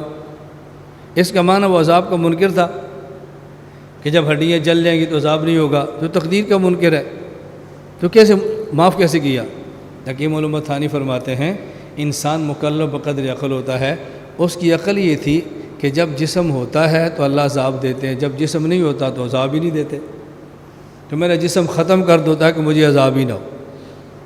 تو جتنی عقل سے اتنا مکلف تھا نا، اس لیے اللہ نے اس کو معاف فرما دی۔ حکیم الامت تھانوی کے خطبات میں ایک بڑا بہترین ارشاد ہے۔ تھانوی رحمہ اللہ فرماتے ہیں کہ مولانا صاحب نے بیان کیا اپنے علاقے میں، دیہات میں، اور بیان میں کہا کہ اللہ تعالیٰ ناک سے پاک ہے، اللہ تعالیٰ کان سے پاک ہے، اللہ تعالیٰ آنکھ سے پاک ہے۔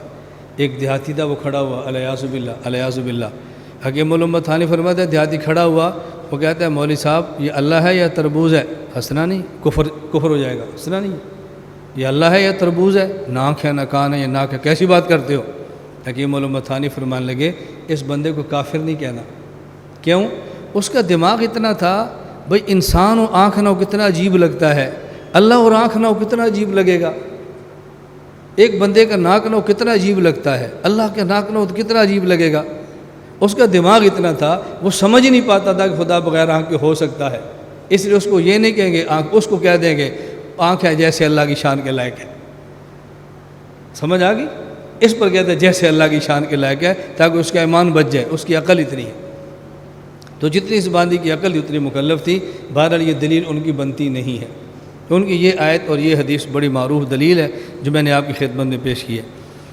باقی وہ بعض عقلی اعتراضات بھی کرتے ہیں اور بعض اور چھوٹی چھوٹی دلیلیں پیش کرتے ہیں۔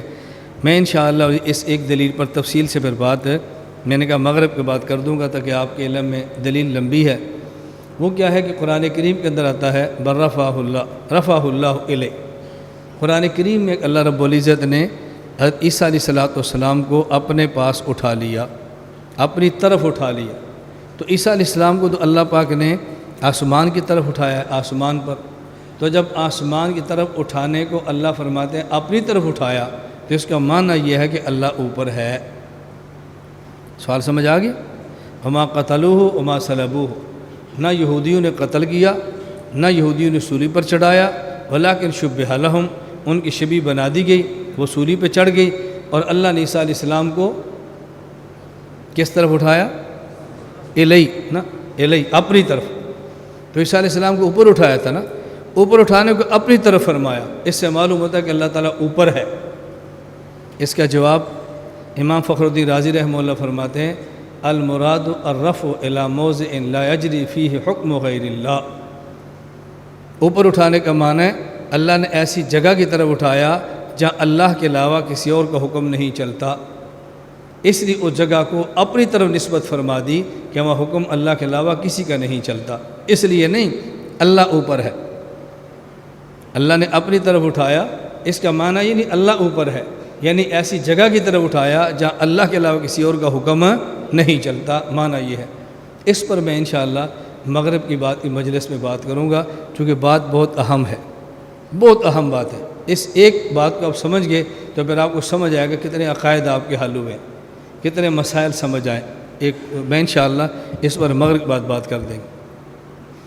کچھ غیر مقلدین کے شبہات ہیں جن شبہات کو پیش کرتے ہیں اور وہ سمجھتے ہیں کہ ہماری بہت بڑی دلیل ہے۔ وہ شبہہ کیا پیش کرتے ہیں؟ اللہ رب العزت نے معراج کی رات اپنے پیغمبر کو گفتگو کرنے کے لیے اپنے پاس بلایا۔ اگر اللہ عرش پر نہیں ہے تو گفتگو کرنے کے لیے اپنے پاس کیوں بلایا؟ مکہ میں رکھ کر ان سے بات کر لیتے۔ اللہ تعالیٰ کا اپنے حبیب کو گفتگو کے لیے عرش پر بلانا اس بات کی دلیل ہے کہ اللہ تعالیٰ عرش پر ہیں۔ جواب، ہم کہتے ہیں اگر یہ بات مان لی جائے تو کوئی بندہ یہ کہے گا کہ اللہ تعالیٰ کوہ طور پر ہیں۔ کیوں؟ موسیٰ علیہ السلام سے جب بات کرنی ہوتی اللہ ان کو کوہ طور پر بلاتے، تو موسیٰ علیہ السلام کو کوہ طور پر بلا کر بات کرنے اس بات کی دلیل ہے اللہ کوہ طور پر ہے۔ کوئی بندہ کہہ دے گا نہیں، اللہ تعالیٰ تو یہ معارف اسلامیہ کی مسجد میں ہے۔ دلیل، جب اللہ سے بات کرنی ہو نماز پڑھتے ہیں، جب نماز پڑھنی ہو مسجد میں آتے ہیں۔ اگر اللہ مسجد میں نہیں ہے تو ہم بات کس سے کرتے ہیں؟ کوئی آدمی دنیا میں کسی سے بات کر رہا ہو اور جس سے بات کرتا ہے وہ سامنے نہ ہو تو لوگ کہتے ہیں پاگل ہے، یہ دیواروں سے باتیں کر رہا ہے، تو سامنے ہے تو تبھی بات کر رہا ہے۔ اس کا معنی کہ اللہ تعالیٰ پھر مسجد میں ہے۔ تو آپ اس کا کیا جواب دیں گے؟ وہ کہے گا طور سینہ پر ہیں، یہ کہے گا مسجد پر ہے، تم نے کہا عرش پر ہے۔ اس لیے ہم نے کہا بہترین موقف یہ ہے اللہ تعالیٰ ہر جگہ پر ہیں، اور کس بندے سے بات کہاں کرنی ہے اس بندے کی حیثیت کے مطابق اللہ تعالیٰ جگہ کا انتخاب فرماتے ہیں۔ اگر بندہ مجھ جیسا آپ جیسا ہے تو انتخاب یا معارف اسلامیہ کی مسجد کا ہے۔ اگر بندہ حضرت موسیٰ کلیم جیسا ہے انتخاب طور سینہ کا ہے۔ بندہ محمد حبیب جیسا ہے تو انتخاب عرش معلیٰ کا ہے صلی اللہ علیہ وسلم۔ لیکن یہ نہیں کہتے کہ اللہ تعالیٰ عرش پر ہے، یہ نہیں کہتے، بلکہ اللہ تعالیٰ ہر جگہ پر ہے۔ اچھا، اسی طرح وہ ایک اور سوال کرتے ہیں، اگر آپ کہتے ہیں کہ اللہ تعالیٰ ہر جگہ پر ہیں، اللہ تعالیٰ عرش پر نہیں ہیں، توجہ رکھنا، تو آپ خود یہ بیان کرتے ہو کہ اللہ نے معراج کی رات اپنے حبیب کو بلایا اور پھر بلا کر کہا ادنو انی یا محمد میرے قریب ہو جا۔ عرش پر ہیں تو تبھی فرماتے ہیں نا قریب ہو جا۔ ہم نے کہا قرآن کریم میں ہے اللہ رب العزت مجھے اور آپ کو فرماتے اسجد، سجدہ کرو، سورۃ العلق، اور سجدے کا معنی وضع الجبہۃ الی الارض، اپنی پیشانی زمین پہ رکھ دو۔ کیوں سجدہ کریں؟ زمین پہ پیشانی کیوں رکھیں؟ فرمایا اقترب، تو میرے قریب ہو جاؤ۔ تو اگر حضور کو عرش پہ بلا کے ادنو کہا، اس سے پتہ چلا عرش پر ہے، تو ہماری پیشانی زمین پہ لگوا کے اقترب کہا تو پھر اس سے پتہ چلا کہ فرش پر ہے۔ اس لیے ہم کہتے ہیں اللہ تعالیٰ عرش پر بھی ہے، فرش پر بھی ہے۔ ان کی شان کے لائق عرش تھا، ان کو عرش پہ بلا کے ادنو کہا، ہماری سیرت کے مطابق فرش تھا، ہمیں فرش پہ سجدہ کرا کے اقترب فرمایا۔ تو عرش پر بھی ہے اور فرش پر بھی ہے۔ بات سمجھ آ رہی ہے؟ یہ جو میں آپ کو سمجھا رہا ہوں نا، یہ درسگاہ کی زبان ہے۔ ابھی میں خطابت کی زبان شروع کروں نا، آپ نے اچھلنا ہے آپ نے۔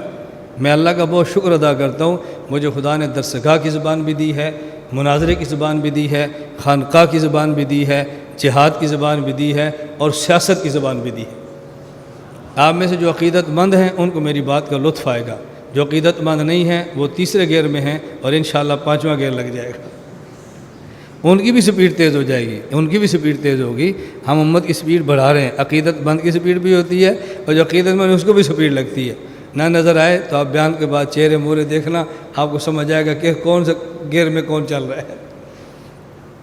میری عادت ہے، میں اپنی کارگزاریاں لاتا ہوں، کیوں؟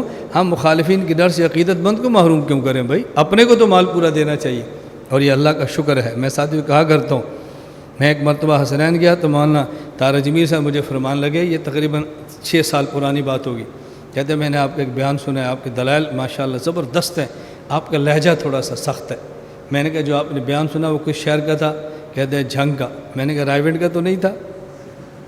کہتے نہیں میں تنقید نہیں کر رہا۔ میں نے کہا میں تنقید کے جواب بھی نہیں دے رہا، میں وضاحت کہہ رہا ہوں، جھنگ کا لہجہ اور ہے، رائیونڈ کا لہجہ اور ہے۔ مولانا آپ شکر ادا کرو، اللہ نے آپ کے مسلک کو ایسا بندہ دیا ہے جو جھنگ کا لہجہ بھی جانتا ہے، رائیونڈ کا لہجہ بھی جانتا ہے، یہ خدا کا شکر ادا کرو۔ میں ایک مرتبہ ایک جلسے پر گیا تو مجھے ایک طالب علم کی چٹ آئی، استاد جی تھوڑے وقت میں آپ کا کام بڑھ کیوں گیا ہے؟ میں نے کہا میں نے اکاڑوی علوم کو جھنگوی زبان دے دی ہے۔ نہیں سمجھے؟ ہم نے اکاڑوی علوم کو جھنگوی زبان دی ہے۔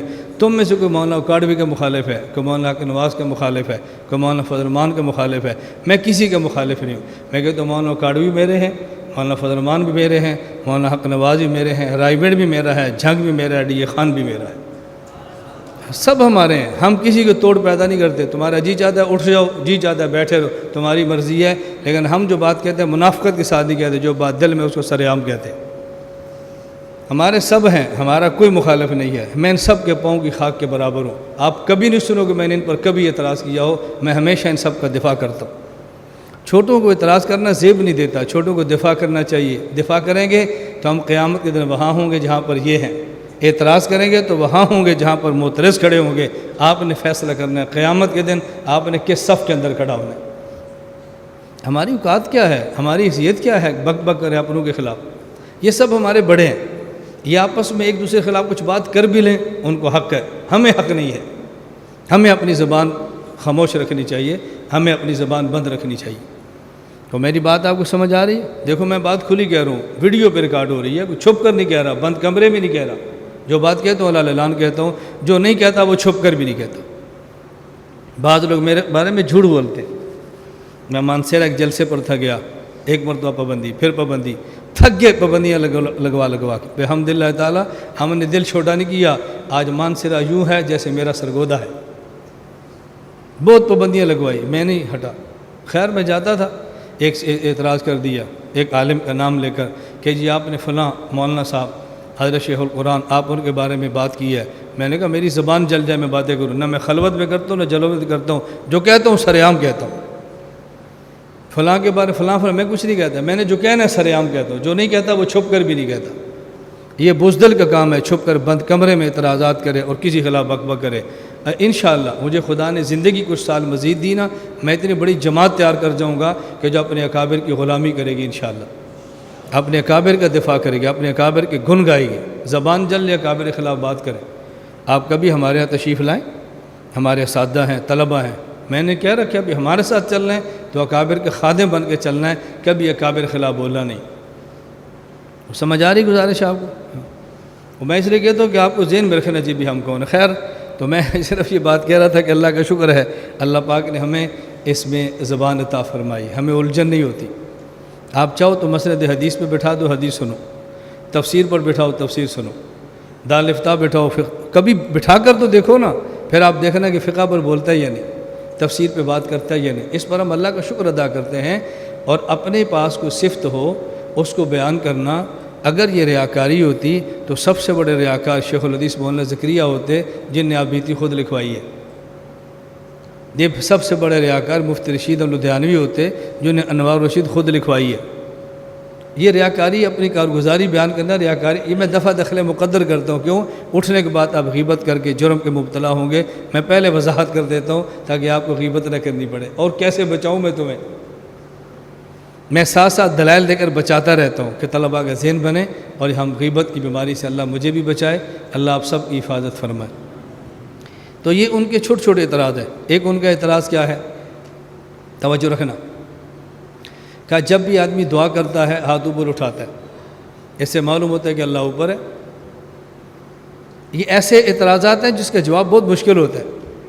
جب بھی دعا کریں آدمی ہاتھ اوپر اٹھاتا ہے، اس سے معلوم ہوتا ہے کہ اللہ اوپر ہے. رسول اکرم صلی اللہ علیہ وسلم بس اوقات دعا مانگتے اتنے ہاتھ اٹھاتے کہ آپ کی سفید بغلیں بھی نظر آنی شروع ہوتی. اس سے معلوم ہوتا ہے اللہ اوپر ہے. ہم نے کہا بات سمجھنا، اللہ جس طرح جہات ستہ سے پاک ہے اسی طرح جہات ستہ کو محیط بھی ہے. اللہ تعالیٰ جس طرح جہات ستہ آگے پیچھے دائیں بائیں اوپر اور نیچے یہ 6 جہات ہیں، اللہ تعالیٰ جس طرح جہات ستہ سے پاک ہیں اسی طرح جہات ستہ کو محیط بھی ہیں. اور جہات ستہ میں سے جہت فوق کو توجہ رکھنا عقلاً عظمت حاصل ہے، جہت علو کو عقلاً فوقیت حاصل ہے. اس لیے جہات ستہ میں سے جب بھی نسبت کریں تو جہت فوق کی طرف کرتے ہیں. سمجھ آ گئی بات؟ اللہ تعالیٰ جہات ستہ سے پاک بھی ہیں لیکن جہات ستہ کو محیط بھی ہے، ہر جہت میں ہے. اور جہات ستہ میں سے جہت علو کو عقلاً فوقیت اور عظمت حاصل ہے. اس لیے جب اللہ کی نسبت کسی خاص جہت کی طرف کرنی پڑے تو جہت فوق کی طرف کرتے ہیں. اور عقلاً اور عرفاً یہ جہت علو کو فوقیت کیسے حاصل ہے؟ آپ کے گھر میں 10 مہمان ہیں، ان 10 میں سے جو آپ کے سب سے بڑا صاحب عظمت ہو اس کو اوپر بٹھاتے ہیں یا نیچے لے جاتے ہیں؟ کیوں؟ آپ سمجھتے ہیں کہ ہمارے عرف میں جہت فوق علو کو فوقیت حاصل ہے تبھی آنے والے مہمان کو اوپر بٹھاتے ہیں. آپ کے جلسے میں ہو اور خاص مہمان ہے، آپ اوپر تشریف لیں. کیوں بھائی؟ یہ جگہ بھی ہماری، یہ بھی جگہ ہماری ہے، پھر اوپر تشریف لیں کیوں ہے؟ آپ سمجھتے ہیں عرف میں جہت یہ علو جو ہے اس کو فوقیت حاصل ہے، اس لیے اللہ تعالیٰ کے لیے یوں کرتے ہیں. یہ بات سمجھ آ گئی آپ کو؟ دوسری بات سمجھنا، توجہ رکھنا، بات سمجھنا اچھی طرح. اللہ تعالیٰ بندے کے قلبی استحضار کے لیے، یعنی بندے کے قلب کو متوجہ کرنے کے لیے، قلب کو ایک جہت پہ مرکوز رکھنے کے لیے، قلب کو دائیں بائیں نہ جائے، تشویش کے اندر مبتلا نہ ہو. توجہ رکھنا، یہ دائیں جائیں بائیں نہ جائیں، ایک جگہ پر دل جمع رہے، اسے کہتے ہیں قلبی استحضار. بندے کے قلبی استحضار کے لیے، بندے کی دل جمی کے لیے، بندے کے دل کی ثابت قدمی کے لیے اللہ تعالیٰ بعض اعمال کے لیے بعض جہات کو قبلہ قرار دے دیتے ہیں. جس طرح نماز کے لیے کعبے کو قبلہ قرار دیا، اگر ان کی بات کو مان لیا جائے تو اللہ کعبے کی طرف ہے یا اوپر ہے؟ بولو. اور ان کی بات کو مان لیا جائے اللہ اوپر ہے کعبے کی طرف ہے؟ تو جب نماز پڑھتے ہیں ہم اوپر کرتے ہیں یا کعبے کی طرف؟ کیوں؟ تاکہ بندے کا دل متوجہ رہے. اگر خاص جہت متعین نہ کرتے تو جب نماز پڑھتے امام کا منہ اوپر، مقتدی کا منہ اوپر ہے، قلبی استحضار، ہنسو مت، بات سمجھو، قلبی استحضار نہیں رہنا تھا. اس قلبی استحضار کے لیے کعبے کو یہ جہت قبلہ قرار دیا ہے. اور نہایت اعلیٰ درجے کی اللہ کی تعظیم کے لیے جہت عرش کو قبلہ قرار دیا ہے، واسجد واقترب. اسی طرح دعا کے لیے اللہ رب العزت نے جہت فوق کو قبلہ قرار دیا ہے تاکہ قلبی استحضار رہے. آپ کہتے ہیں اللہ ہر طرف ہے، میں دعا مگا رہا ہوں، ان کا منہ ادھر ہے، ان کا ادھر ہے، ان کو، بھئی یہ کیا؟ اللہ ہر طرف ہے. اب جو قلبی استحضار نہیں رہنا تھا. سمجھ آ گئی؟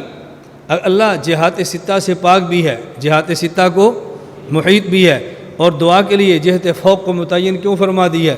اس کی وجہ بندے کے قلبی استحضار کے لیے اللہ بعض اعمال کے لیے بعض خاص جہات کو قبلہ قرار دیتے ہیں. جس طرح نماز کے لیے جہت کعبہ، جس طرح تعظیم کے لیے اعلیٰ درجے کی تعظیم کے لیے جہت عرض، اسی طرح دعا کے لیے جہت فوق کو قبلہ قرار دیا. اس کا معنی یہ نہیں ہے اگر بندہ اوپر منہ کرنے کی بجائے سجدے میں جا کر دعا کرے تو گناہ ہوگا، ایسا ہرگز نہیں ہے۔ یہ بات سمجھ آ گئی آپ کو؟ ایسا ہرگز نہیں ہے۔ میں کہہ رہا ہوں ان باتوں کو سمجھو، یہی چھوٹے چھوٹے شبہات ہیں جو پیدا کیے جاتے ہیں۔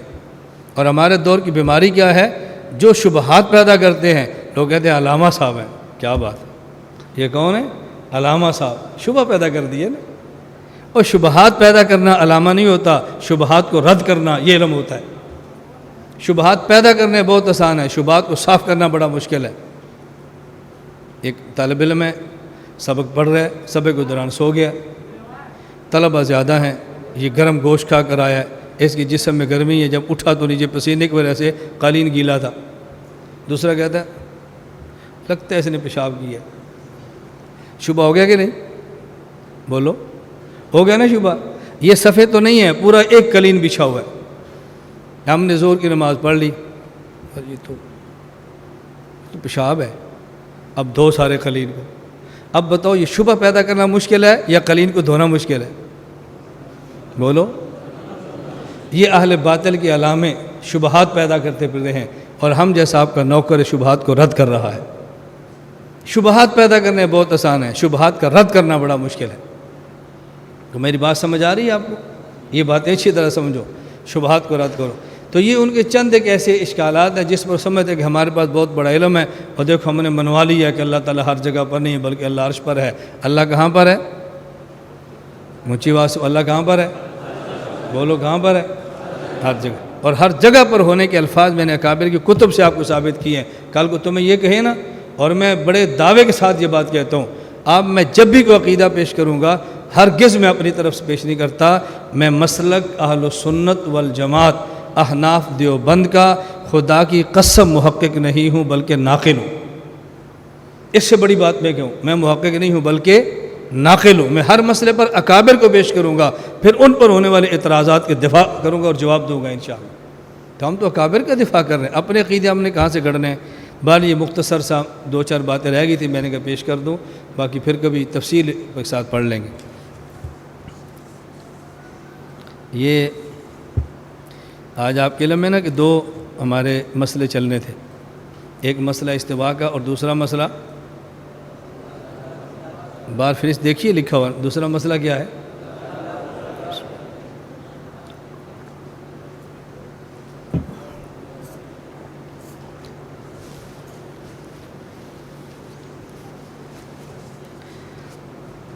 یہ بات اچھی طرح سمجھو،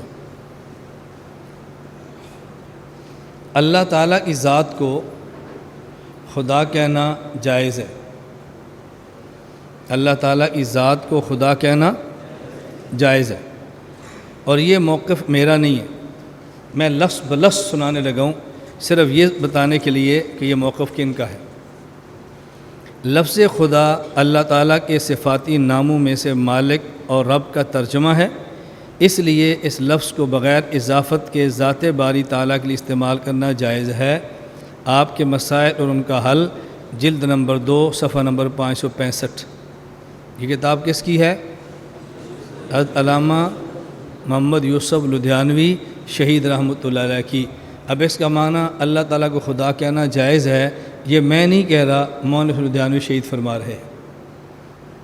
توجہ رکھنا، اس کے دلائل کیا ہیں؟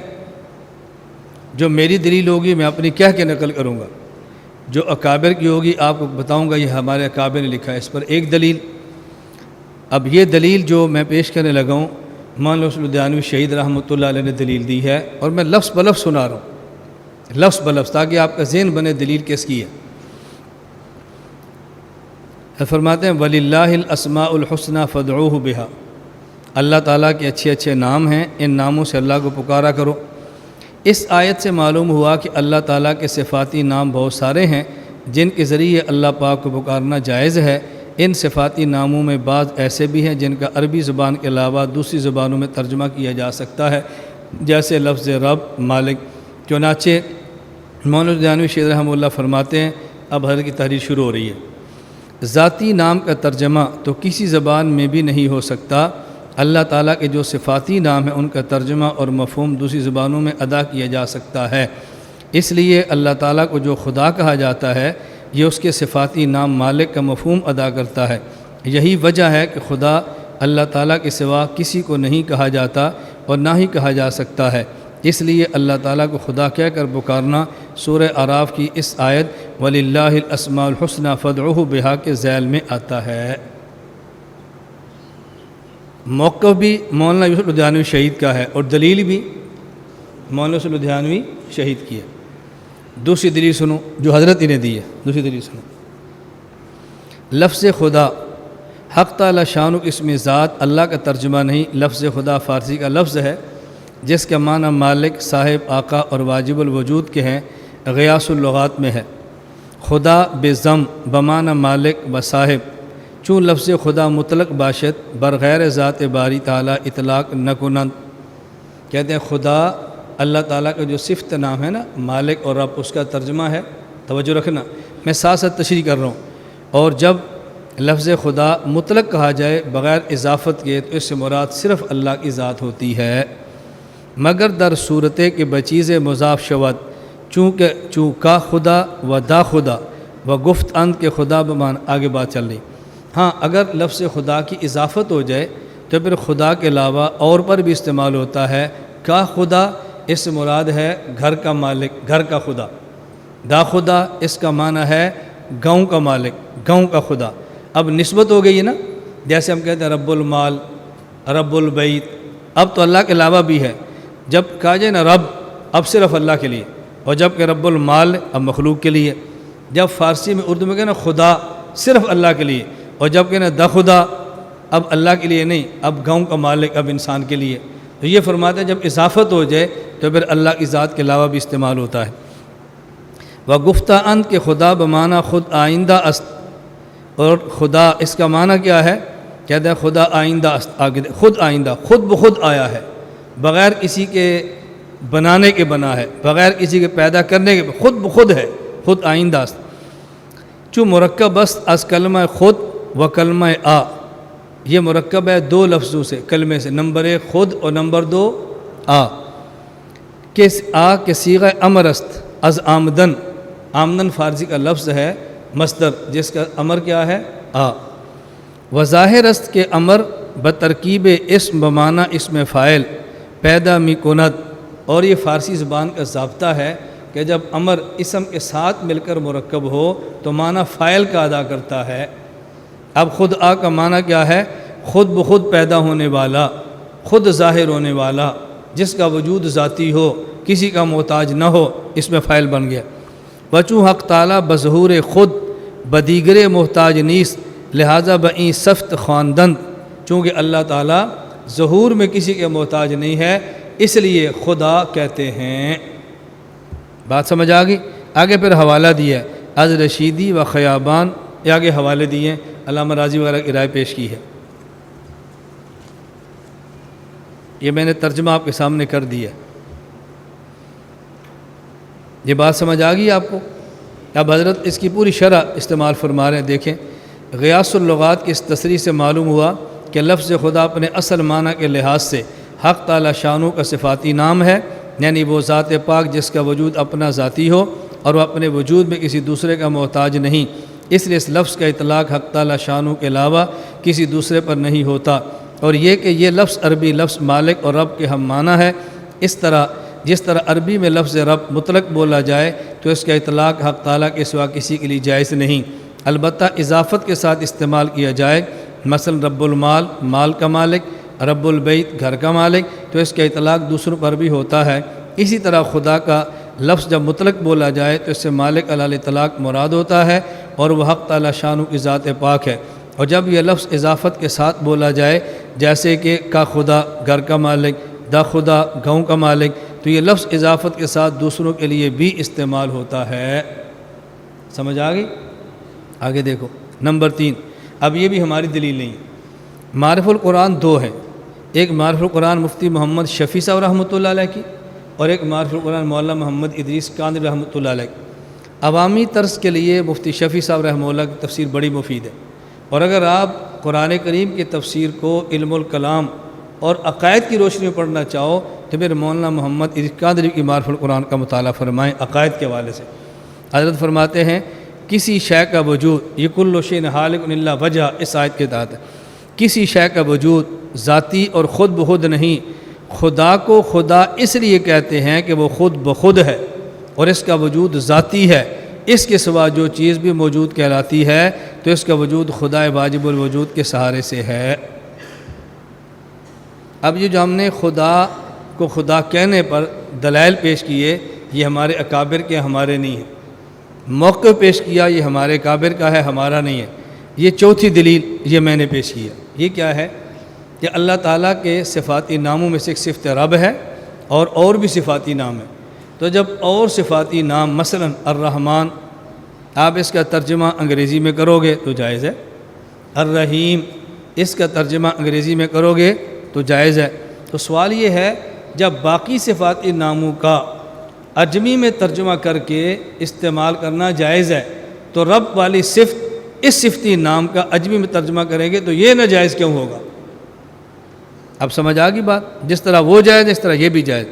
اللہ تعالیٰ کے دوسرے صفاتی ناموں کا ترجمہ دوسری زبانوں میں جائز ہے، قیاس کا تقاضا ہے کہ رب کا معنی اور ترجمہ بھی جائز ہونا چاہیے۔ آگے سمجھے ذرا، یہ تو دلائل تھے جو میں نقل کر دیے ہیں۔ آگے جوابات میرے آپ ادھر دکھواؤ، آگے اعتراض ہیں اور جوابات ہمارے ہیں، وہ ذرا سنو۔ جو لوگ کہتے ہیں اب فائلیں چھوڑ دو، فائلیں چھوڑ دو، اب وہ فائل تو میں لفظ بلفظ آپ کو اس لیے دکھانی تھی کہ آپ کو یقین ہو جائے کہ یہ میری باتیں نہیں، لدھیانوی شہید رحمۃ اللہ علیہ کی ہیں۔ جو لوگ اللہ تعالیٰ کے لیے لفظ خدا کے استعمال کرنے کو ناجائز کہتے ہیں، ان کی ایک دلیل یہ ہے کہ خدا ایسا لفظ ہے جو غیر اللہ کے لیے بھی استعمال ہوتا ہے، لہذا اس لفظ کو اللہ تعالیٰ کے لیے استعمال نہیں کرنا چاہیے۔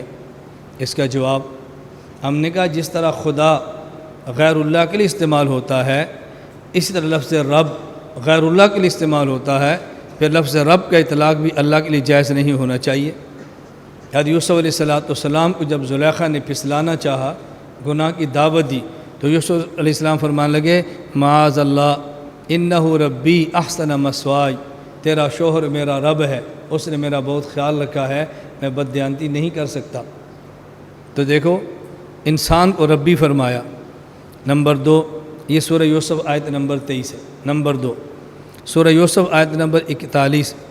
حضرت یوسف علیہ السلام کے بعد 2 قیدی آئے، اپنا خواب بیان کیا۔ آپ نے خواب کی جب تعبیر دی تو آپ نے فرمایا اما احدکما فیسقی ربہ خمرا، تم میں سے ایک آدمی اپنے بادشاہ، اپنے آقا کو شراب پلائے گا، ساقی بنے گا، اور یہاں بادشاہ کے لیے لفظ رب لائے ہیں۔ نمبر 3، سورہ یوسف آیت نمبر 42۔ جب ایک قیدی پتہ چلا کہ رہا ہو کر جانے لگا ہے تو آپ نے اس کو یہ بات فرمائی تھی کہ جب تم بادشاہ کے پاس جاؤ وہاں میرا ذکر بھی کرنا۔ یوسف علیہ السلام کے ہاں سورہ آیت نمبر 42، رہا ہونے کے بعد فرمایا کہ جب تم وہاں جاؤ اپنے آقا کے پاس تو وہاں میرا ذکر بھی کرنا۔ تو لفظ کیا استعمال فرمایا تھا؟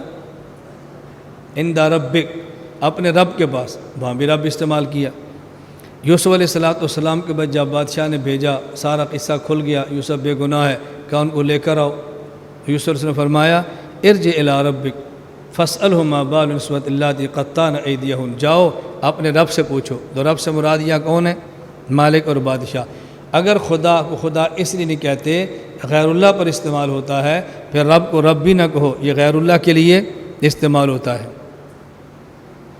قرآن کریم میں ہے نبی کریم صلی اللہ علیہ وسلم کے لیے لقد جاءکم رسول من انفسکم عزیز علیہ ما عنتم حریص علیکم بالمؤمنین رؤوف الرحیم۔ رؤوف اللہ پر بھی ہے اور اللہ کے نبی پر بھی ہے، رحیم اللہ کے لیے بھی ہے، اللہ کے نبی کے لیے بھی ہے۔ تو اگر خدا کا لفظ اس لیے استعمال جائز نہیں، غیر اللہ پر استعمال ہوتا ہے، پھر رؤوف اور رحیم بھی کہنا چھوڑ دو کہ اس کا اطلاق غیر اللہ پر ہوتا ہے۔ نمبر 3، یہ سورہ توبہ آیت نمبر 59 تھی۔ سورہ زخرف آیت نمبر 77، قیامت کے دن فرشتہ جو جہنم پر مقرر ہوگا اسے کہیں گے یا مالک لیقضی علینا ربک، اللہ سے کہو ہماری موت کا فیصلہ کر دے۔ تو یہاں ربک کا لفظ استعمال، یا مالک، مالک کا لفظ آ رہا ہے۔ اب اللہ کو مالک کہنا چھوڑ دو، الحمدللہ رب العالمین الرحمن الرحیم مالک یوم الدین، جب جہنم کے دروغے کو مالک کہا جا رہا ہے تو پھر اللہ کو مالک کہنا چھوڑ دو۔ جب آپ کہتے ہیں یہ جائز ہے تو لفظ خدا غیر اللہ پر استعمال ہو تو پھر وہ ناجائز کیوں ہوگا؟ جواب نمبر 2 سمجھو، اس جواب کا خلاصہ سمجھ گئے؟ لفظ خدا کا استعمال خدا کے لیے اگر اس لیے ناجائز ہے کہ غیر اللہ پر استعمال ہوتا ہے تو پھر مالک اور رب یہ الفاظ ایسے ہیں جو اللہ کے غیر پر استعمال ہوئے ہیں، اور رؤوف اور رحیم پھر ان کا استعمال بھی نہیں ہونا چاہیے۔ جواب نمبر 2، ہم نے کہا آپ کو سمجھنے میں غلطی لگی ہے۔ جب خدا کا لفظ مطلق بغیر اضافت کے بولا جائے تو غیر اللہ پر اس کا استعمال ہرگز نہیں ہوتا، پھر استعمال اور اطلاق صرف اللہ کی ذات پر ہوتا ہے، پھر غیر اللہ پر نہیں ہوتا۔ بات سمجھ آ گئی؟ پھر غیر اللہ پر استعمال۔ اسی طرح فارسی عربی میں جب رب مطلق بولا جائے اللہ کے لیے استعمال ہوتا ہے، اور اضافت کے ساتھ رب کا لفظ فارسی عربی میں بھی غیر اللہ پر ہوتا ہے، اور خدا کا لفظ اضافت کے ساتھ عربی کے علاوہ بھی اللہ کے غیر پر استعمال ہوتا ہے۔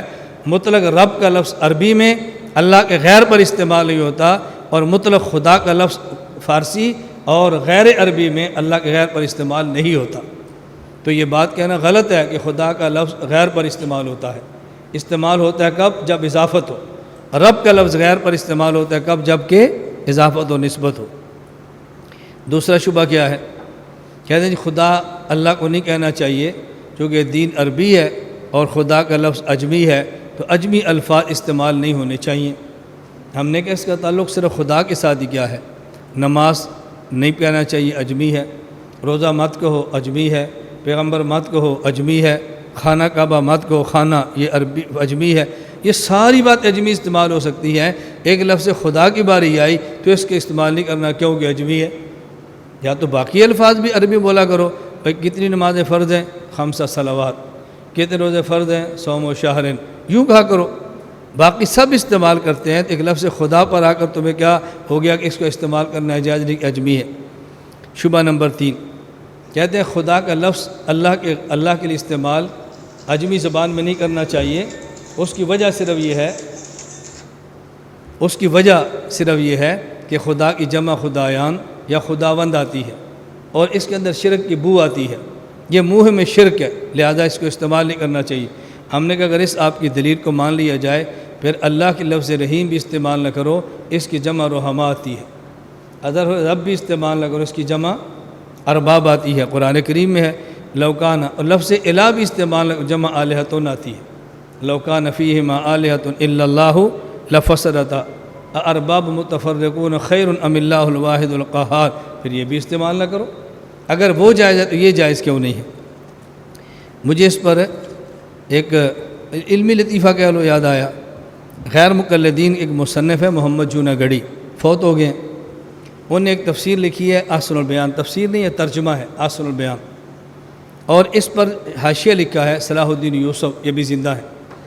انہوں نے احسن البیان کے اوپر حاشیہ لکھا اور شروع میں مقدمہ لکھا، آپ دیکھنا، اور مقدمے میں جا کر لکھتے ہیں کہ رب کا یہ خدا کا لفظ اللہ کے لیے استعمال نہیں کرنا چاہیے، کیوں؟ اس میں شرک کی بو آتی ہے، لہذا اس پورے ترجمہ احسن البیان میں جہاں جہاں پہ لفظ خدا لکھا تھا ہم نے کاٹ کے لفظ اللہ لکھ دیا ہے۔ سمجھ آ گئی؟ تو میں نے تفسیر احسن البیان کے جائزہ کے عنوان سے 1 گھنٹے کا ویڈیو بیان ریکارڈ کرایا پوری تفسیر پر۔ میں نے اس میں مقدمے پر یہ سوال اٹھایا کہ پوری تفسیر میں جہاں خدا لکھا تھا آپ نے اللہ لکھ دیا، کیوں؟ لفظ خدا لکھنے سے تفسیر شرکیہ تھی، اللہ لکھا تو تفسیر توحیدی بن گئی، لیکن وہ جو مصنف خدا لکھ کر مر گیا اس مشرک کا کیا بنے گا؟ بات سمجھ آ گئی؟ لفظ خدا کو اللہ لکھنے سے تفسیر تو آپ کی شرک سے نکل کر توحید پر آ گئی، اور وہ جو شرک پر مصنف مر گیا اس بیچارے کا کیا بنے گا؟ تو تمہیں ایک تفسیر بنی اور وہ بھی مشرک کی، موحد کی تمہیں کوئی تفسیر بھی نہ ملی، کچھ خدا سے ڈرو۔ بعض لوگ سمجھتے نہیں ہیں جو ہم بات کرتے ہیں اس کا نتیجہ اور انجام کیا ہوگا۔ ہمارے ہاں یہ بات بہت اچھی طرح سمجھیں، ہمارے بعض لوگ بس اوقات اپنے بیانات میں یہ بات کہہ دیتے ہیں کہ خدا نہ کہو، خدا نہ کہو، خدا نہ کہو، وہ یہ اندازہ نہیں کرتے اس کا انجام کیا ہوگا۔ پہلے یہ سمجھنا، یہ جو کہا نا خدا نہ کہو، کراچی کا فتنہ ہے جماعت المسلمین، سرگودا کا نہیں ہے، کراچی کا ہے۔ یہ آپ کے شہر سے فتنہ اٹھا ہے، میرے شہر سے نہیں اٹھا، ہمارے کھاتے مت ڈالو۔ اور فتنہ بھی نہیں، فتنی ہے، ہم نے کنٹرول نہیں کیا تو فتنہ بن گیا ہے۔ تو جماعت المسلمین نے یہ موقف اختیار کیا ہے کہ دیکھو اللہ کو خدا نہ کہو، اس لیے کہ خدا کی جمع خداوند خدایان آتی ہے، تو اس میں شرک کی بو ہے۔ جس نے سبق کو یاد کر لیا، سبق یاد ہو گیا، اب وہ آگے چلے گا۔ بہشتی زیور کو نہیں لینا، کیوں؟ اس میں خدا لکھا ہے، حکیم علامہ تھانوی مشرک ہے۔ فضائل اعمال کو نہیں پڑھنا، کیوں؟ اس میں خدا لکھا ہے، جو شرک ہے۔ شیخ الحدیث مولانا زکریا مشرک ہے۔ رگڑا لگنا شروع ہو گیا نا۔ علماء دیوبند سے امت کو توڑنے کے لیے علماء دیوبند کی ایک کمزوری بنانی ہے، اس کمزوری کی بنیاد پہ علماء دیوبند سے بندے کو دور کرنا ہے۔ تو انہوں نے تو شروع کیا تھا تمہارے اکابر سے تمہیں توڑنے کے لیے، اور جب ہم یہ بات کہیں گے، میں آپ کو کہتا ہوں بیٹا خدا نہ کہنا، یہ خدا نہ کہنا، یہ شرک ہے۔ اگر آپ نے میرا بیان یاد کر لیا اور میرے بیان پر آپ جم گئے تو کل کو اعتراض مجھے بنیاد بنا پر حضرت تھانوی پر آپ کریں گے، مجھے بنیاد بنا کے شیخ زکریا پر آپ کریں گے، مجھے بنیاد بنا کر اعتراض اکابر پہ کرو گے۔ تو ہمارے استاد جی نے فرمایا خدا کہنا شرک ہے، اب میری وجہ سے آپ نے اکابر کو مشرک کہنا شروع کر دیا، بتاؤ میں نے کون سی نیکی کی ہے؟ میں اس لیے گزارش کر رہا ہوں کہ لفظ اللہ کو خدا کہنے سے منع کیا گیا، کیوں؟ تاکہ جن اکابر نے خدا لکھا تھا ان کے خلاف ان بندوں کو استعمال کیا جا سکے۔ اب ہم نے شد و مت سے خدا کہنا شروع کیا تاکہ اپنے اکابر کا دفاع ہو سکے۔ میں بہت سارے بیانات میں قصداً خداوند خدا تعالیٰ کہتا ہوں، لوگوں کو تعجب ہے بار بار مولانا تو خدا کیوں کہتے ہیں؟ میں کہتا ہوں کیوں؟ اس لیے کہ اس دور میں اللہ کے لفظ کو خدا کہنا یہ فتنہ بنایا گیا ہے۔ اب ہم بار بار خدا کہیں گے تاکہ اس فتنے کا رد اپنی زبان کے ساتھ ہو اور اپنے اکابر کو محفوظ کر دیں۔ میری بات سمجھ آ رہی ہے آپ کو؟ میرے درد کو سمجھو، جن کا یہ عنوان نہیں ہے وہ اس عنوانات کے اندر نہ پڑے۔ جب آپ کا عنوان ہی یہ نہیں ہے، آپ کیوں ان باتوں کو چھیڑتے ہو؟ خدا بھائی آپ کا عنوان ہی نہیں ہے، آپ سوچ نہیں رہے کہ جب ہم امت کو خدا کہنے سے منع کرتے ہیں اس کا نتیجہ کیا نکلے گا؟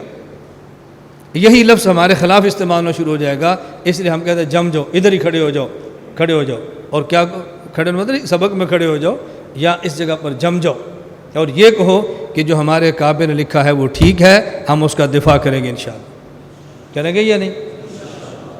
اور یہ جو امت میں ایک نئی بیماری ہم نے شروع کرا دی ہے، ایک آدمی کو تھوڑا سا دورہ تفسیر کا موقع مل جائے، تھوڑی سی کتابوں کا موقع مل جائے، تھوڑی سی اچھی خطابت کر لے، وہ فوراً بکنا شروع کرتا ہے اکابر علماء، کیا اکابر لگا رکھی ہے، یہ بھی تو انسان تھے، ان سے کون سی غلطی نہیں ہو سکتی؟ ہاں تو نبی ہے، تجھ سے غلطی نہیں ہو سکتی۔ یہ سارے تو انسان تھے، معصوم نہیں تھے، ایک تو نبی ہے جس سے غلطی نہیں ہو سکتی۔ کچھ خوف خدا کرو، کچھ اللہ سے ڈرو۔ میری بات سمجھ آ رہی ہے آپ؟ اس لیے میرے آپ اس لفظ کو یاد رکھ لو اور دل کی تختیوں پہ لکھ لو۔ لفظ یاد کرو اور دل کی تختیوں پہ لکھو۔ میں بڑی جرأت کے ساتھ یہ بات کہہ رہا ہوں، جس شخص نے اکابر علماء دیوبند کو پڑھا ہے پھر سمجھا ہے، وہ کہتا ہے یہی انسان تھے۔ جس نے اکابر علماء دیوبند کو بولو پڑھا ہے اور سمجھا ہے، وہ کہتا ہے یہی انسان تھے۔ اور جس نے اکابر علماء دیوبند کو پڑھا نہیں یا پڑھا تو ہے سمجھا نہیں، وہ کہتے ہیں یہ بھی انسان تھے۔ ہم یہ بھی انسان نہیں کہتے، ہم کہتے ہیں یہی انسان۔ مجھ جیسا نالائق اور نکما شخص انسانیت کے ماتھے پر بدنما داغ ہے۔ انسان مولانا اشرف علی تھانوی تھے، انسان شیخ العرب والعجم حسین احمد مدنی تھے، انسان مفتی کفایت اللہ دہلوی تھے، انسان حضرت مولانا الیاس رحمۃ اللہ علیہ دہلوی تھے، انسان حکیم الامت مولانا تھانوی، شیخ الہند مولانا گنگوہی، علامہ کشمیری، یہ انسان تھے۔ ہم جیسے لوگ انسانیت کے ماتھے پر بدنما داغ ہیں کہ کیا ہم نے بک بک شروع کر رکھے؟ آخر یہ بھی تو انسان تھے، آخر ان سے غلطی نہیں ہو سکتی، تم فرشتے ہو ان سے غلطی۔ میں کہتا ہوں یہ بات تمہیں سمجھ کیوں نہیں آتی؟ ہم یہ حیا کیوں نہیں کرتے؟ ان اکابر کی باری ان سے غلطی نہیں ہو سکتی تو تم درسگاہ میں یہ کیوں نہیں کہتے اور بیٹا میں بھی انسان ہوں، مجھ سے بھی غلطی ہو سکتی ہے، حضرت تھانوی کو مت چھوڑنا، اور بیٹا میں انسان ہوں، میں چھوٹا ہوں، مجھ سے غلطی ہو سکتی ہے، امام اہل سنت شیخ سرفراز کو مت چھوڑنا، بیٹا مجھ سے غلطی ہو سکتی ہے، میں بہت چھوٹا ہوں، مفتی محمود کو مت چھوڑنا، بیٹا میں چھوٹا ہوں، مجھ سے غلطی ہو سکتی ہے، شیخ الہند کو مت چھوڑنا۔ تم یہ طرز اختیار کر لو نا بھائی، اگر ان سے غلطی ہو سکتی ہے تو ہم سے ہو سکتی ہے یا نہیں؟ بولو، نہیں ہو سکتی، تو پھر غلطیاں اپنی طرف منسوب کریں نا، ان کی طرف کیوں منسوب کر دیتے ہیں؟ ہم بڑا بننا چاہیں تب بھی نہیں بن سکتے، ان کو خدا نے بڑا بنایا، ان کو بڑا مان لو۔ ہم بننا چاہیں تب بھی چھوڑیں، وہ گزر گیا، جن کو خدا نے بڑائی دینی تھی دے دی ہے، ہم ان کے نقش قدم پر چلیں، ان کی جوتیاں اٹھائیں، ان پر آنے والے کیچڑ اور گند کو صاف کریں، ہم قیامت کے دن ان کے ساتھ ہوں گے انشاءاللہ العزیز۔ مجھے آپ ایک بات بتاؤ، ہمارا ٹائم تو پورا ہو گیا، خدمت والے چلے گئے؟ خدمت والے چلے گئے؟ خدمت والے اٹھو بھائی، خدمت والے اٹھو، شاباش شاباش، جلدی کرو۔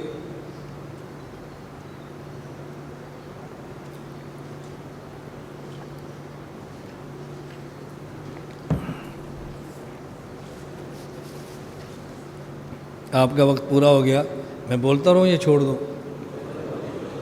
نہیں، میں مجبور نہیں کرتا، سبق کا وقت ختم ہو گیا، اب میں آپ کو کہہ نہیں سکتا کہ آپ بیٹھو، اب ہمیں حق نہیں ہے کہ ہم آپ کو جبراً بٹھائیں، کیونکہ ہم نے شیڈول لگایا بھی سبق 11:30 تک ہوگا، 11:30 پورا ہو گیا، ہمارا سبق بھی پورا ہو گیا، اب تو سبق نہیں، سبق کے علاوہ ہے نا۔ میری گزارش سمجھ آ گئی آپ کو؟ بولتے نہیں، آگے سمجھ بات؟ مجھے ایک بات سمجھاؤ،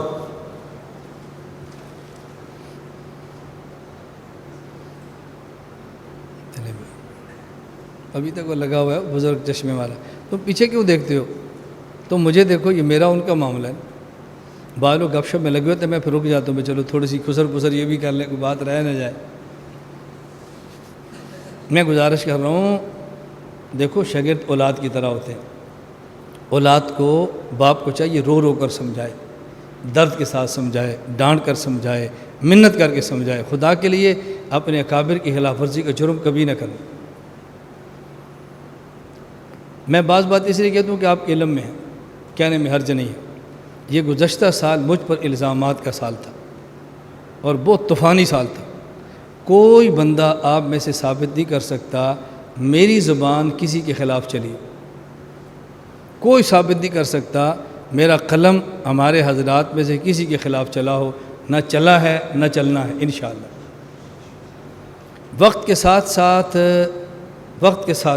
ایک مرتبہ جب گھوڑے دوڑ رہے ہوتے ہیں نا، غبار اڑ رہا ہوتا ہے تو ساتھ والا ساتھی بھی نظر نہیں آتا، اور جب گھوڑے نکل جاتے ہیں، غبار ختم ہو جاتا ہے تو پھر ساتھی کیا پڑے 2 سکے بھی نظر آتے ہیں۔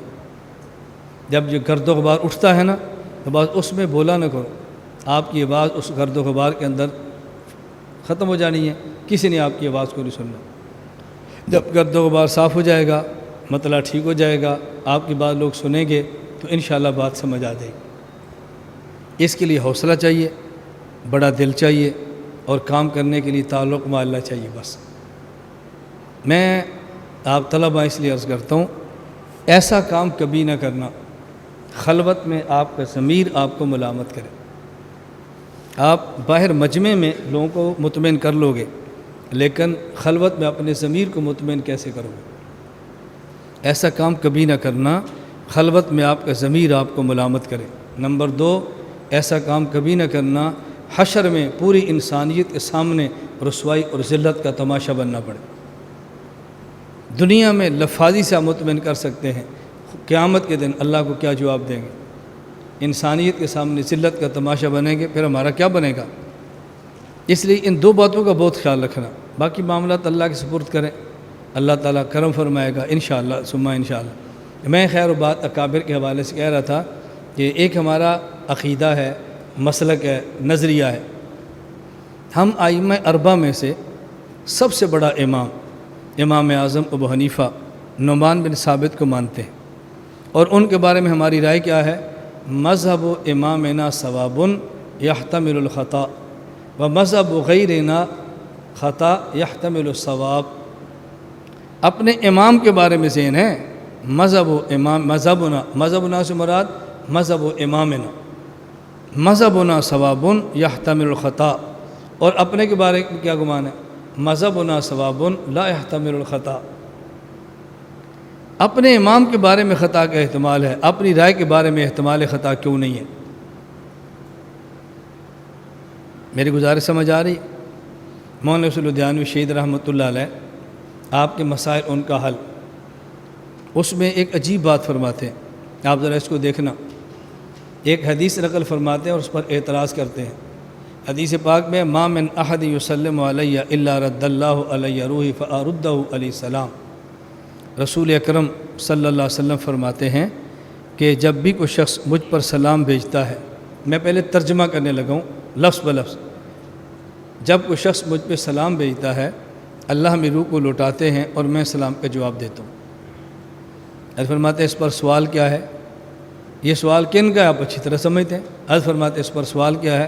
سوال یہ ہے کہ جب سلام کرتے ہیں تو حضور کی روح لوٹتی ہے، پھر روح چلے گی، پھر لوٹی، پھر چلے گی، پھر لوٹی، تو بار بار روح کے آنے اور جانے میں تو نبی پاک کو تکلیف ہوتی ہے، تو کثرت سلام سے اگر بار بار روح لوٹے حضور سلام کا جواب دیں تو یہ تو پیغمبر کی اذیت کا سبب ہے، یہ پیغمبر کی راحت کا سبب تو نہیں ہے۔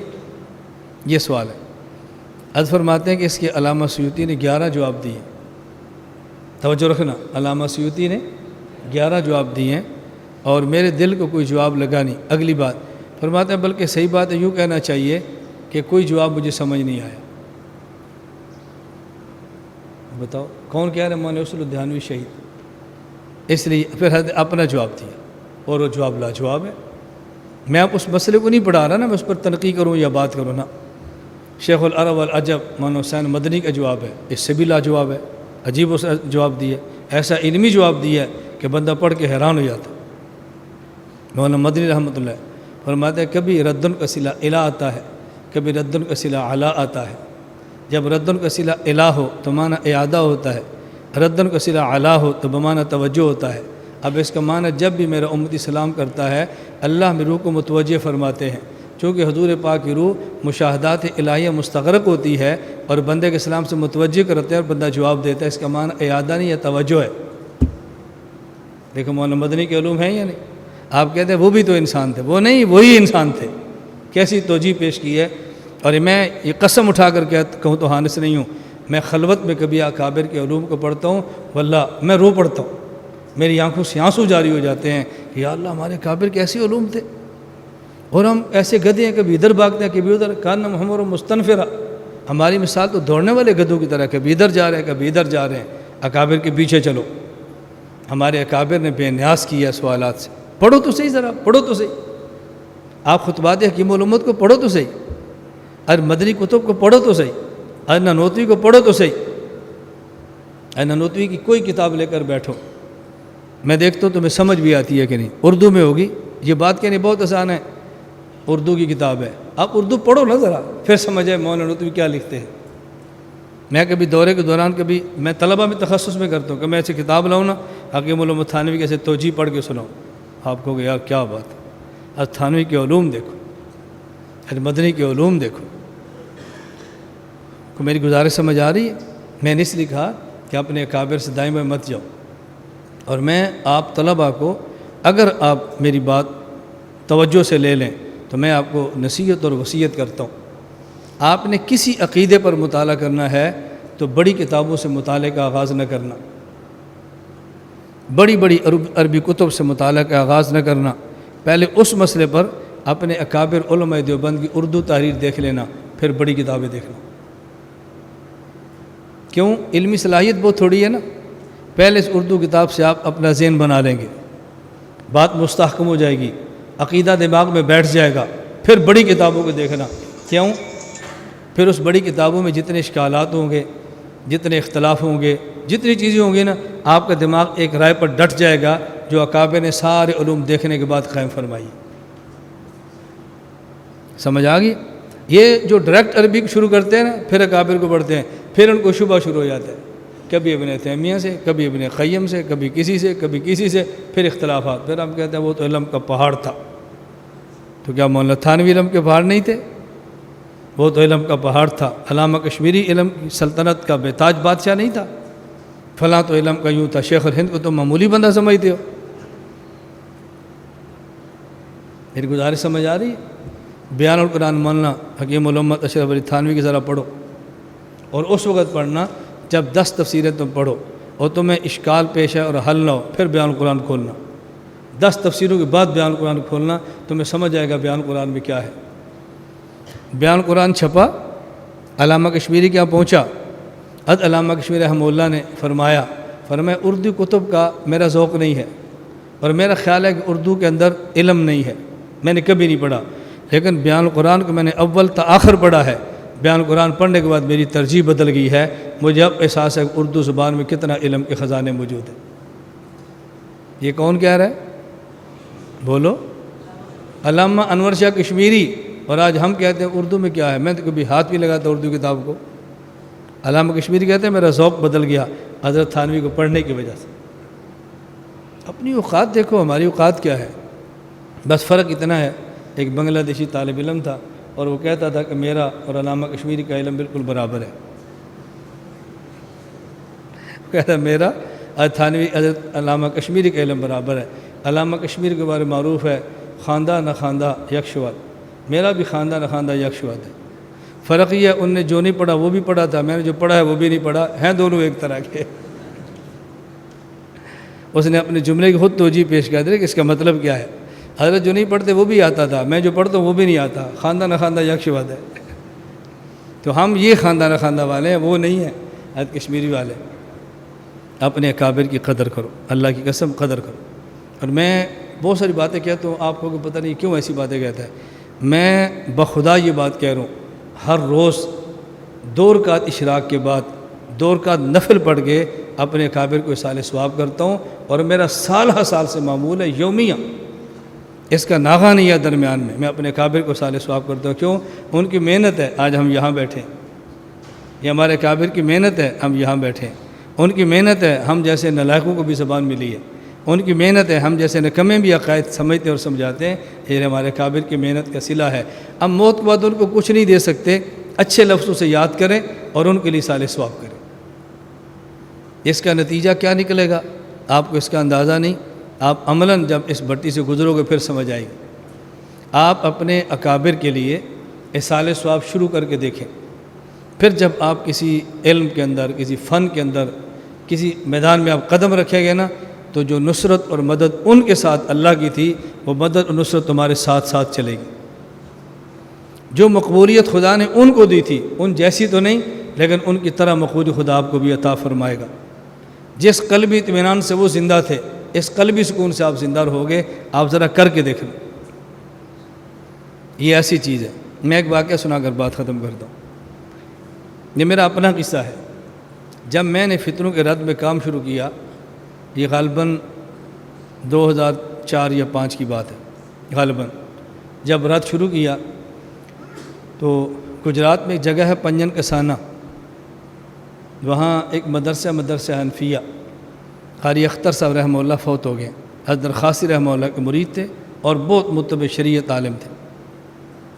مجھے انہوں نے فرمایا کہ ہماری خواہش ہے کہ 3 دن کا ہم علماء کا کورس رکھتے ہیں، 7 کھیریاں کینٹ میں بہت علماء ہیں، تو کینٹ کے باہر ہمارا مدرسہ ہے، آپ وقت دے دو اور تو وقت دے، ہم علماء کو بلا لیتے ہیں۔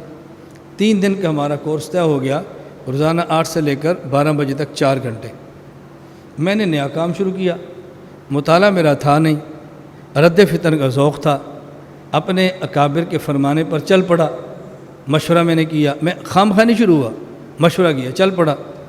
اب میرے لیے الجھن کیا تھی، مطالعہ میرا تھا نہیں، اور پڑھانا وہ 3 دن کا علماء کو دورہ کرانا تھا، جیسے تحقیق المسائل ہے، مطالعہ بھی نہیں، کبھی پڑھایا بھی نہیں۔ اب میں کیا کروں؟ ہاں بھی کر دی، پھنس بھی گیا۔ اب میرے لیے جو ذہنی الجھن تھی وہ یہ کہ میں ہمیشہ بیانات زبانی کرتا ہوں، ایسے اوپر دیکھ کر نہیں کرتا۔ تو میرے ذہن میں ایک نا، آپ اس کو عجب کہہ لیں، آپ اس کو اپنے بارے میں کہہ لیں کہ میں خود کے بارے میں غلط فہمی کا شکار تھا۔ مجھے نا شرم آتی تھی کہ یار میں اوپر دیکھ کر پڑھاؤں گا تو علماء کیا کہیں گے، یہ کیا کہیں گے، اس کو زبانی عقید مسئلے بھی نہیں آتے، یہ کیا کہیں گے، یہ میں اپنے دل میں اپنی ذلت سے محسوس کر رہا تھا۔ کہ میں تو ہمیشہ زبانی بیان کرتا ہوں، اب زبانی میں 4 گھنٹے روزانہ پڑھا بھی نہیں سکتا، ان اختلافی مسائل پر دلائل مجھے زبانی یاد نہیں ہے، اوپر دے کر پڑھاؤں گا تو یہ کیا کہیں گے، یہ میرے دل میں اپنی ذلت آ رہی تھی نا، کیا کہیں گے، میں اس کشمکش میں تھا۔ رات میں پہنچا تقریباً کوئی 9 بجے یا 10 بجے، مجھے یاد نہیں ہے، میں نے رات پھر مطالعہ شروع کر دیا، میرے ذہن پہ سوار تھا میں نے پڑھانا ہے، زبانی یاد نہیں ہو رہے، اتنے تھوڑے وقت میں اتنے اختلافی مسائل کیسے یاد کروں، اوپر دے کر پڑھاؤں گا تو علماء کیا کہیں گے۔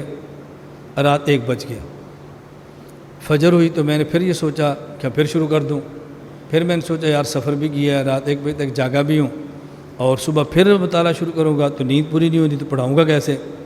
تو بس میں نے بنام خدا کچھ پڑھا، ادوکاڑوی کو سال ثواب کیا اور سو گیا۔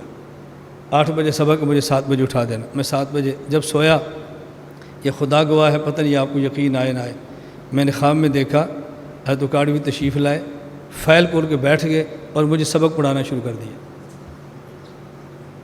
یہ میں واللہ قسم باللہ یہ کہہ رہا ہوں، بس فائل کھول کے سبق پڑھا۔ جب میں اٹھا نا، مجھے اتنا شرح صدر تھا، اتنا شرح صدر تھا، میں بتا نہیں سکتا، وہ میرے ذہن سے نکل گیا کہ فائل دے کر پڑھانا بھی کوئی ذلت ہوتی ہے۔ میں نے خود فائل تیار کی، ایسے فائل سامنے رکھ کے میں شروع ہو گیا، مجھے بالکل احساس ختم ہو گیا کہ یہ ذلت، اس اور مجھے احساس ہوا اللہ نے حضرت کی روح کو بھیجا، اس کو سمجھاؤ مسئلہ۔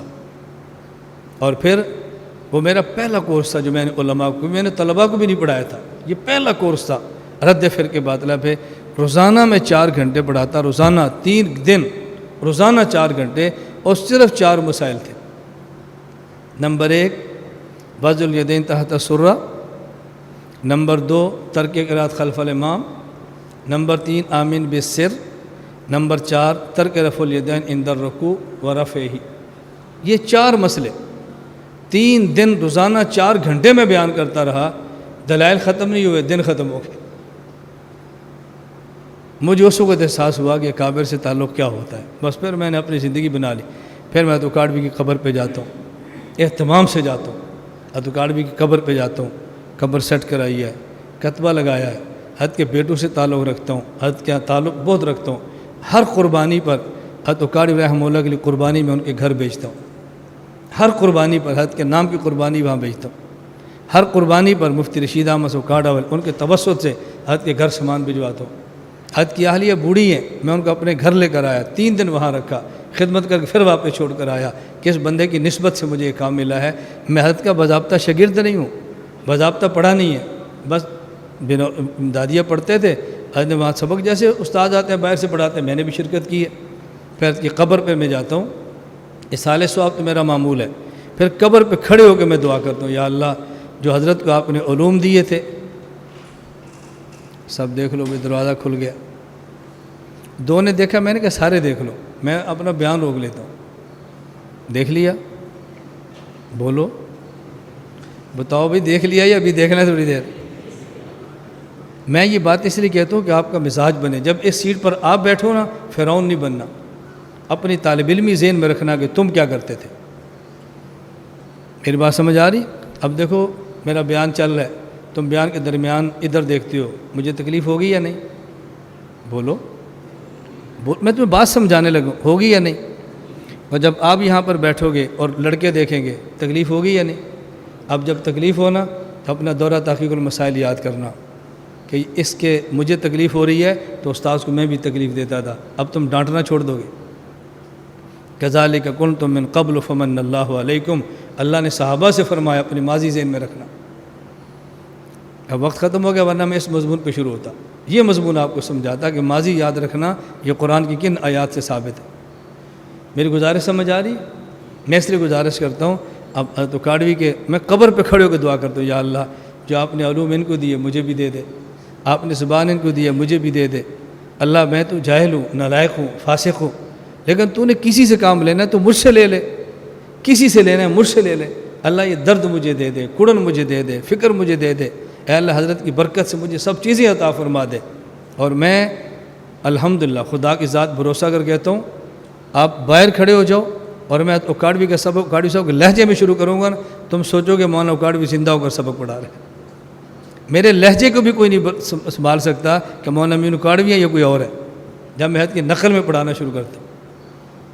اور ہمارے جب طلبہ ان کو پتہ، جب ہمارا آخری دن ہوتا ہے نا دورہ تحقیق المسائل کا، اس میں ہم عشاء کے بعد محفل لگاتے ہیں، لطیفے. آپ کو تو وقت بہت تھوڑا ہے، تمہیں لطیفے سنا ہے، تم نے تو پورے کراچی پھیلا دینا ہے. ہم نے تو بڑا عالم سمجھا تھا، وہ تو لطیفے سناتا ہے. ہم تو بڑی عقیدت کے ساتھ گئے تھے، پانی پھر گیا عقیدت پہ، اور تو مجھے لے کر گیا تھا، میں نے کیا سمجھا وہ کیا نکلا. اس لیے تمہیں تو میں لطیفے بھی نہیں سناتا کہ تم بہت نازک لوگ ہو، بڑی جلدی تمہاری عقیدت پہ پانی پھر جاتا. ہمارے یہاں دورہ ہوتا ہے تو آخری دن ہمارا صرف لطائف کا ہوتا ہے، اور میں پھر طلباء کو نقلیں سناتا ہوں، کبھی یہ خطیب، کبھی دوسرا خطیب، کبھی تیسرا، کبھی چوتھا. طالب علم میں دوران تکرار میں نقلیں سناتا تھا. اب طلباء کو اب سناتا ہوں. ہماری زندگی بہت بے تکلف ہے. میں اسے نہیں محسوس کرتا بھائی طلباء کو خوش رکھنا چاہیے، ٹینشن ختم ہو جاتی. آخری دن پر ہماری لطائف کی ہوتی ہے، کہانیاں، قصے، شادی وادی، جو قصے ہیں وہ سب چلتے ہیں، اس میں طلباء پھر خوش رہتے ہیں. اللہ ہم سب کو توفیق عطا فرمائے. بس اس بات کا خلاصہ صرف یہ ہے، اکابر پر اعتراض نہیں کرنا. یاد رکھ لی بات، جو فوت ہو گئے وہ بھی، اور جو زندہ رہ گئے بولنا نہیں ہے. وہ ڈانٹ بھی دے خاموش ہو جاؤ، تمہارے خلاف کچھ کہہ دے خاموش ہو جاؤ. ایک وقت آئے گا اللہ پاک صفائی کا انتظام فرمائے گا. جلدی نہیں کرنی. یوسف علیہ السلام پر زلیخا نے الزام لگایا، کتنے سال صفائی میں لگے؟ جی بولو، کتنے سال لگے؟ 7 سال. یوسف خدا کے نبی تھے، اللہ فوراً صفائی دیتے، صفائی نہیں دی، 7 سال جیل کٹوائی ہے. بعد میں امت کو سبق سمجھ آئے، اگر الزام لگ گیا رگڑوں سے گزرنا، پھر صفائی کا لطف آئے گا. اللہ کے نبی ہیں. سبحان اللہ بحمدہ، سبحان اللہ العظیم، سبحان اللہ. لا إله إلا الله، لا إله إلا الله، لا إله إلا الله، ما لنا رب سواه. لا إله إلا الله، لا إله